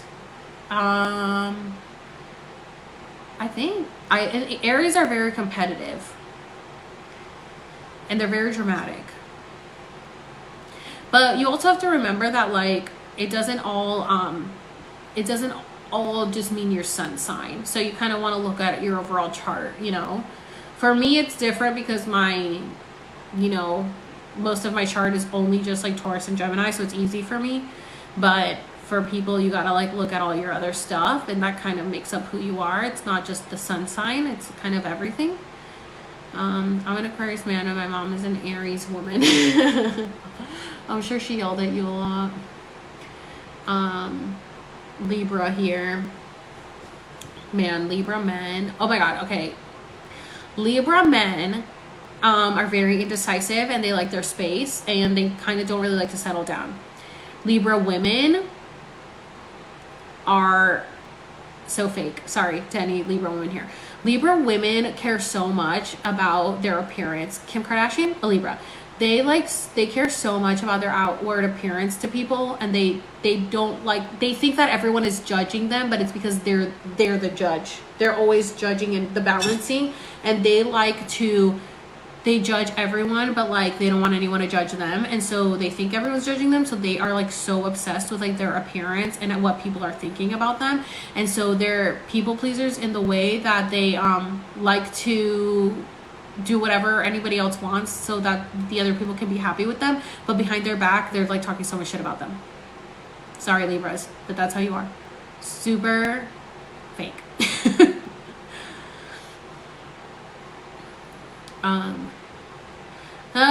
Yeah, and that literally I was like talking about it at work, and this girl was like, I don't know anything about signs, and then she's like, I'm a Sagittarius and my sister's a Libra, and I said that about Libras, and she's like, I don't know, but my sister's kind of weird because like she has all these tattoos and stuff, and then she's like, we'll go out and drinking and stuff, but then when I'm with her, she won't drink around me, and then, you know, she always covers her tattoos because she doesn't want people to see them and stuff, and I'm like, why do you care? And I was like, because she's a Libra.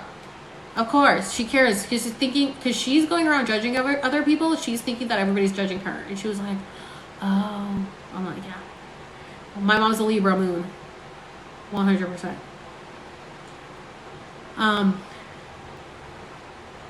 Virgos, I used to be friends with so many Virgos because they're earth signs, so we got along really well at first, but then I like have always been fucked over by Virgos.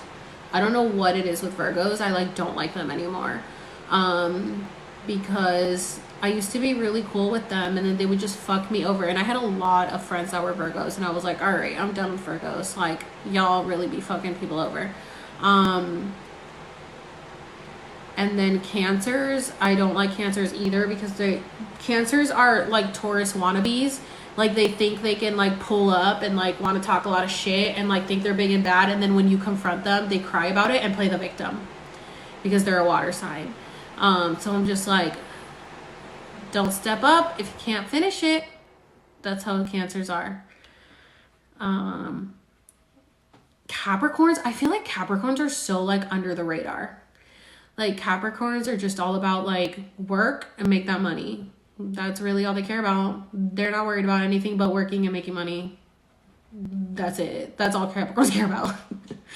Capricorns are so like in their own world for sure. My birthday's tomorrow. So obviously Taurus, I love my Tauruses. Let's see, Tauruses, we are headstrong for sure. We're fighters. We don't back down. We're definitely a bull, like in your face, tell you straight up. We love to eat and sleep, and I know, but we're not lazy.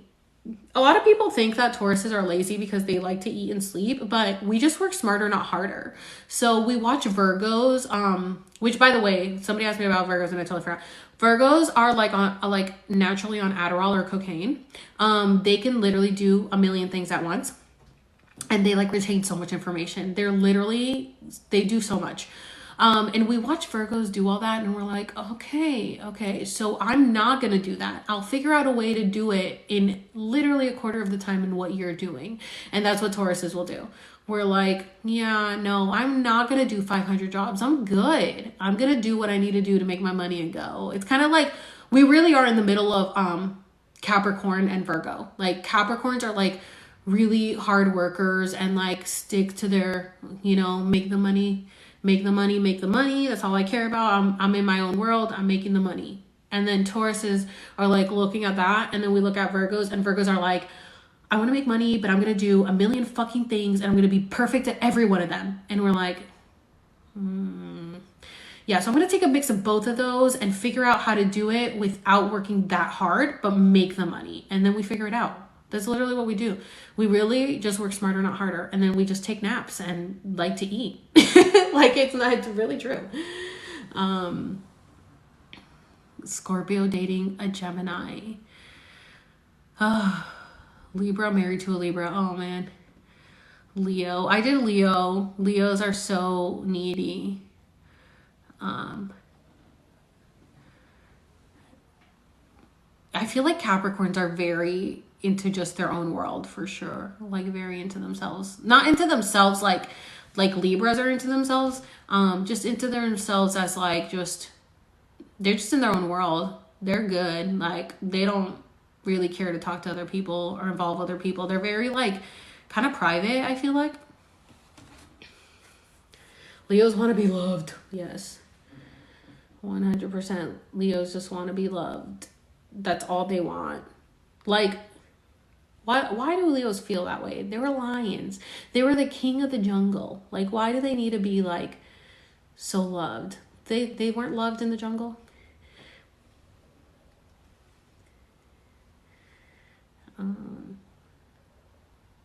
Oh my God, you have food poisoning? A lot of people had commented that the code worked. The 55515.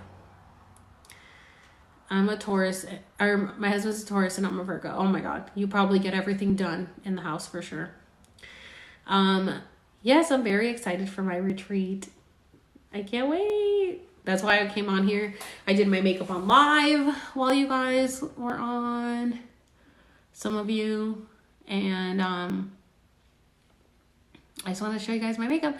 I got to get off here in a couple minutes because I do have to go to bed. But I wanted to talk to you guys, and I'm so happy that a lot of you were able to tune in. I really wanted to show you my background because it's just so freaking cute. My sister did it. I love it. It's adorable. I always get hate for being a Cancer. I know, it sucks, but Cancers are annoying. You guys cry a lot. No offense, I'm sure you're cool, but you probably cry a lot. What do I think about Aries? Aries are chaotic and competitive and dramatic. I'm evolved. That's good because a lot of Cancers are not evolved. Me here watching you after crying. That's funny. I'm in one of those groups on Facebook, but I never go on Facebook anymore. Yeah, I'm definitely going to tell you guys about the trip. I really wanted to do my makeup so I could like film a video that I'll post tomorrow on my way to the retreat. So, if I don't have time to post, then I won't. And you guys will know why I'm MIA. Which I guess I shouldn't be.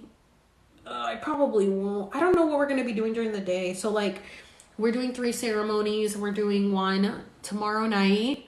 And I think we're going to start everything around 8. So I wonder what time I should leave because they said, let us know if you're going to be here after 8. They want us there from 5 to 8. But like traffic is so bad. It's going to take me like 3 hours to get there. So I was thinking of leaving at 3. But then it's like, I'll be there so early. But then if I leave at 5, I'm leaving right at rush hour. you know. But it's Friday, and like it's rush hour all day on Fridays here. Like in California, it's like Friday's like a weekend day here. Nobody's ever at work on Fridays, especially in San Diego. So I'm probably gonna, I don't know. Anyway, I'll figure it out. I gotta like look at the traffic stuff, but I want to leave around 3 so that I don't have to sit that long in traffic, but then I'm just gonna be there early. Well, whatever. I guess I'll get to know people. I'll be there first, I guess, maybe. And then so we're doing a ceremony tomorrow night. I'm guessing a little after 8 because they said like let us know if you're getting here after 8. I have to pee so bad, so I'm gonna get off here.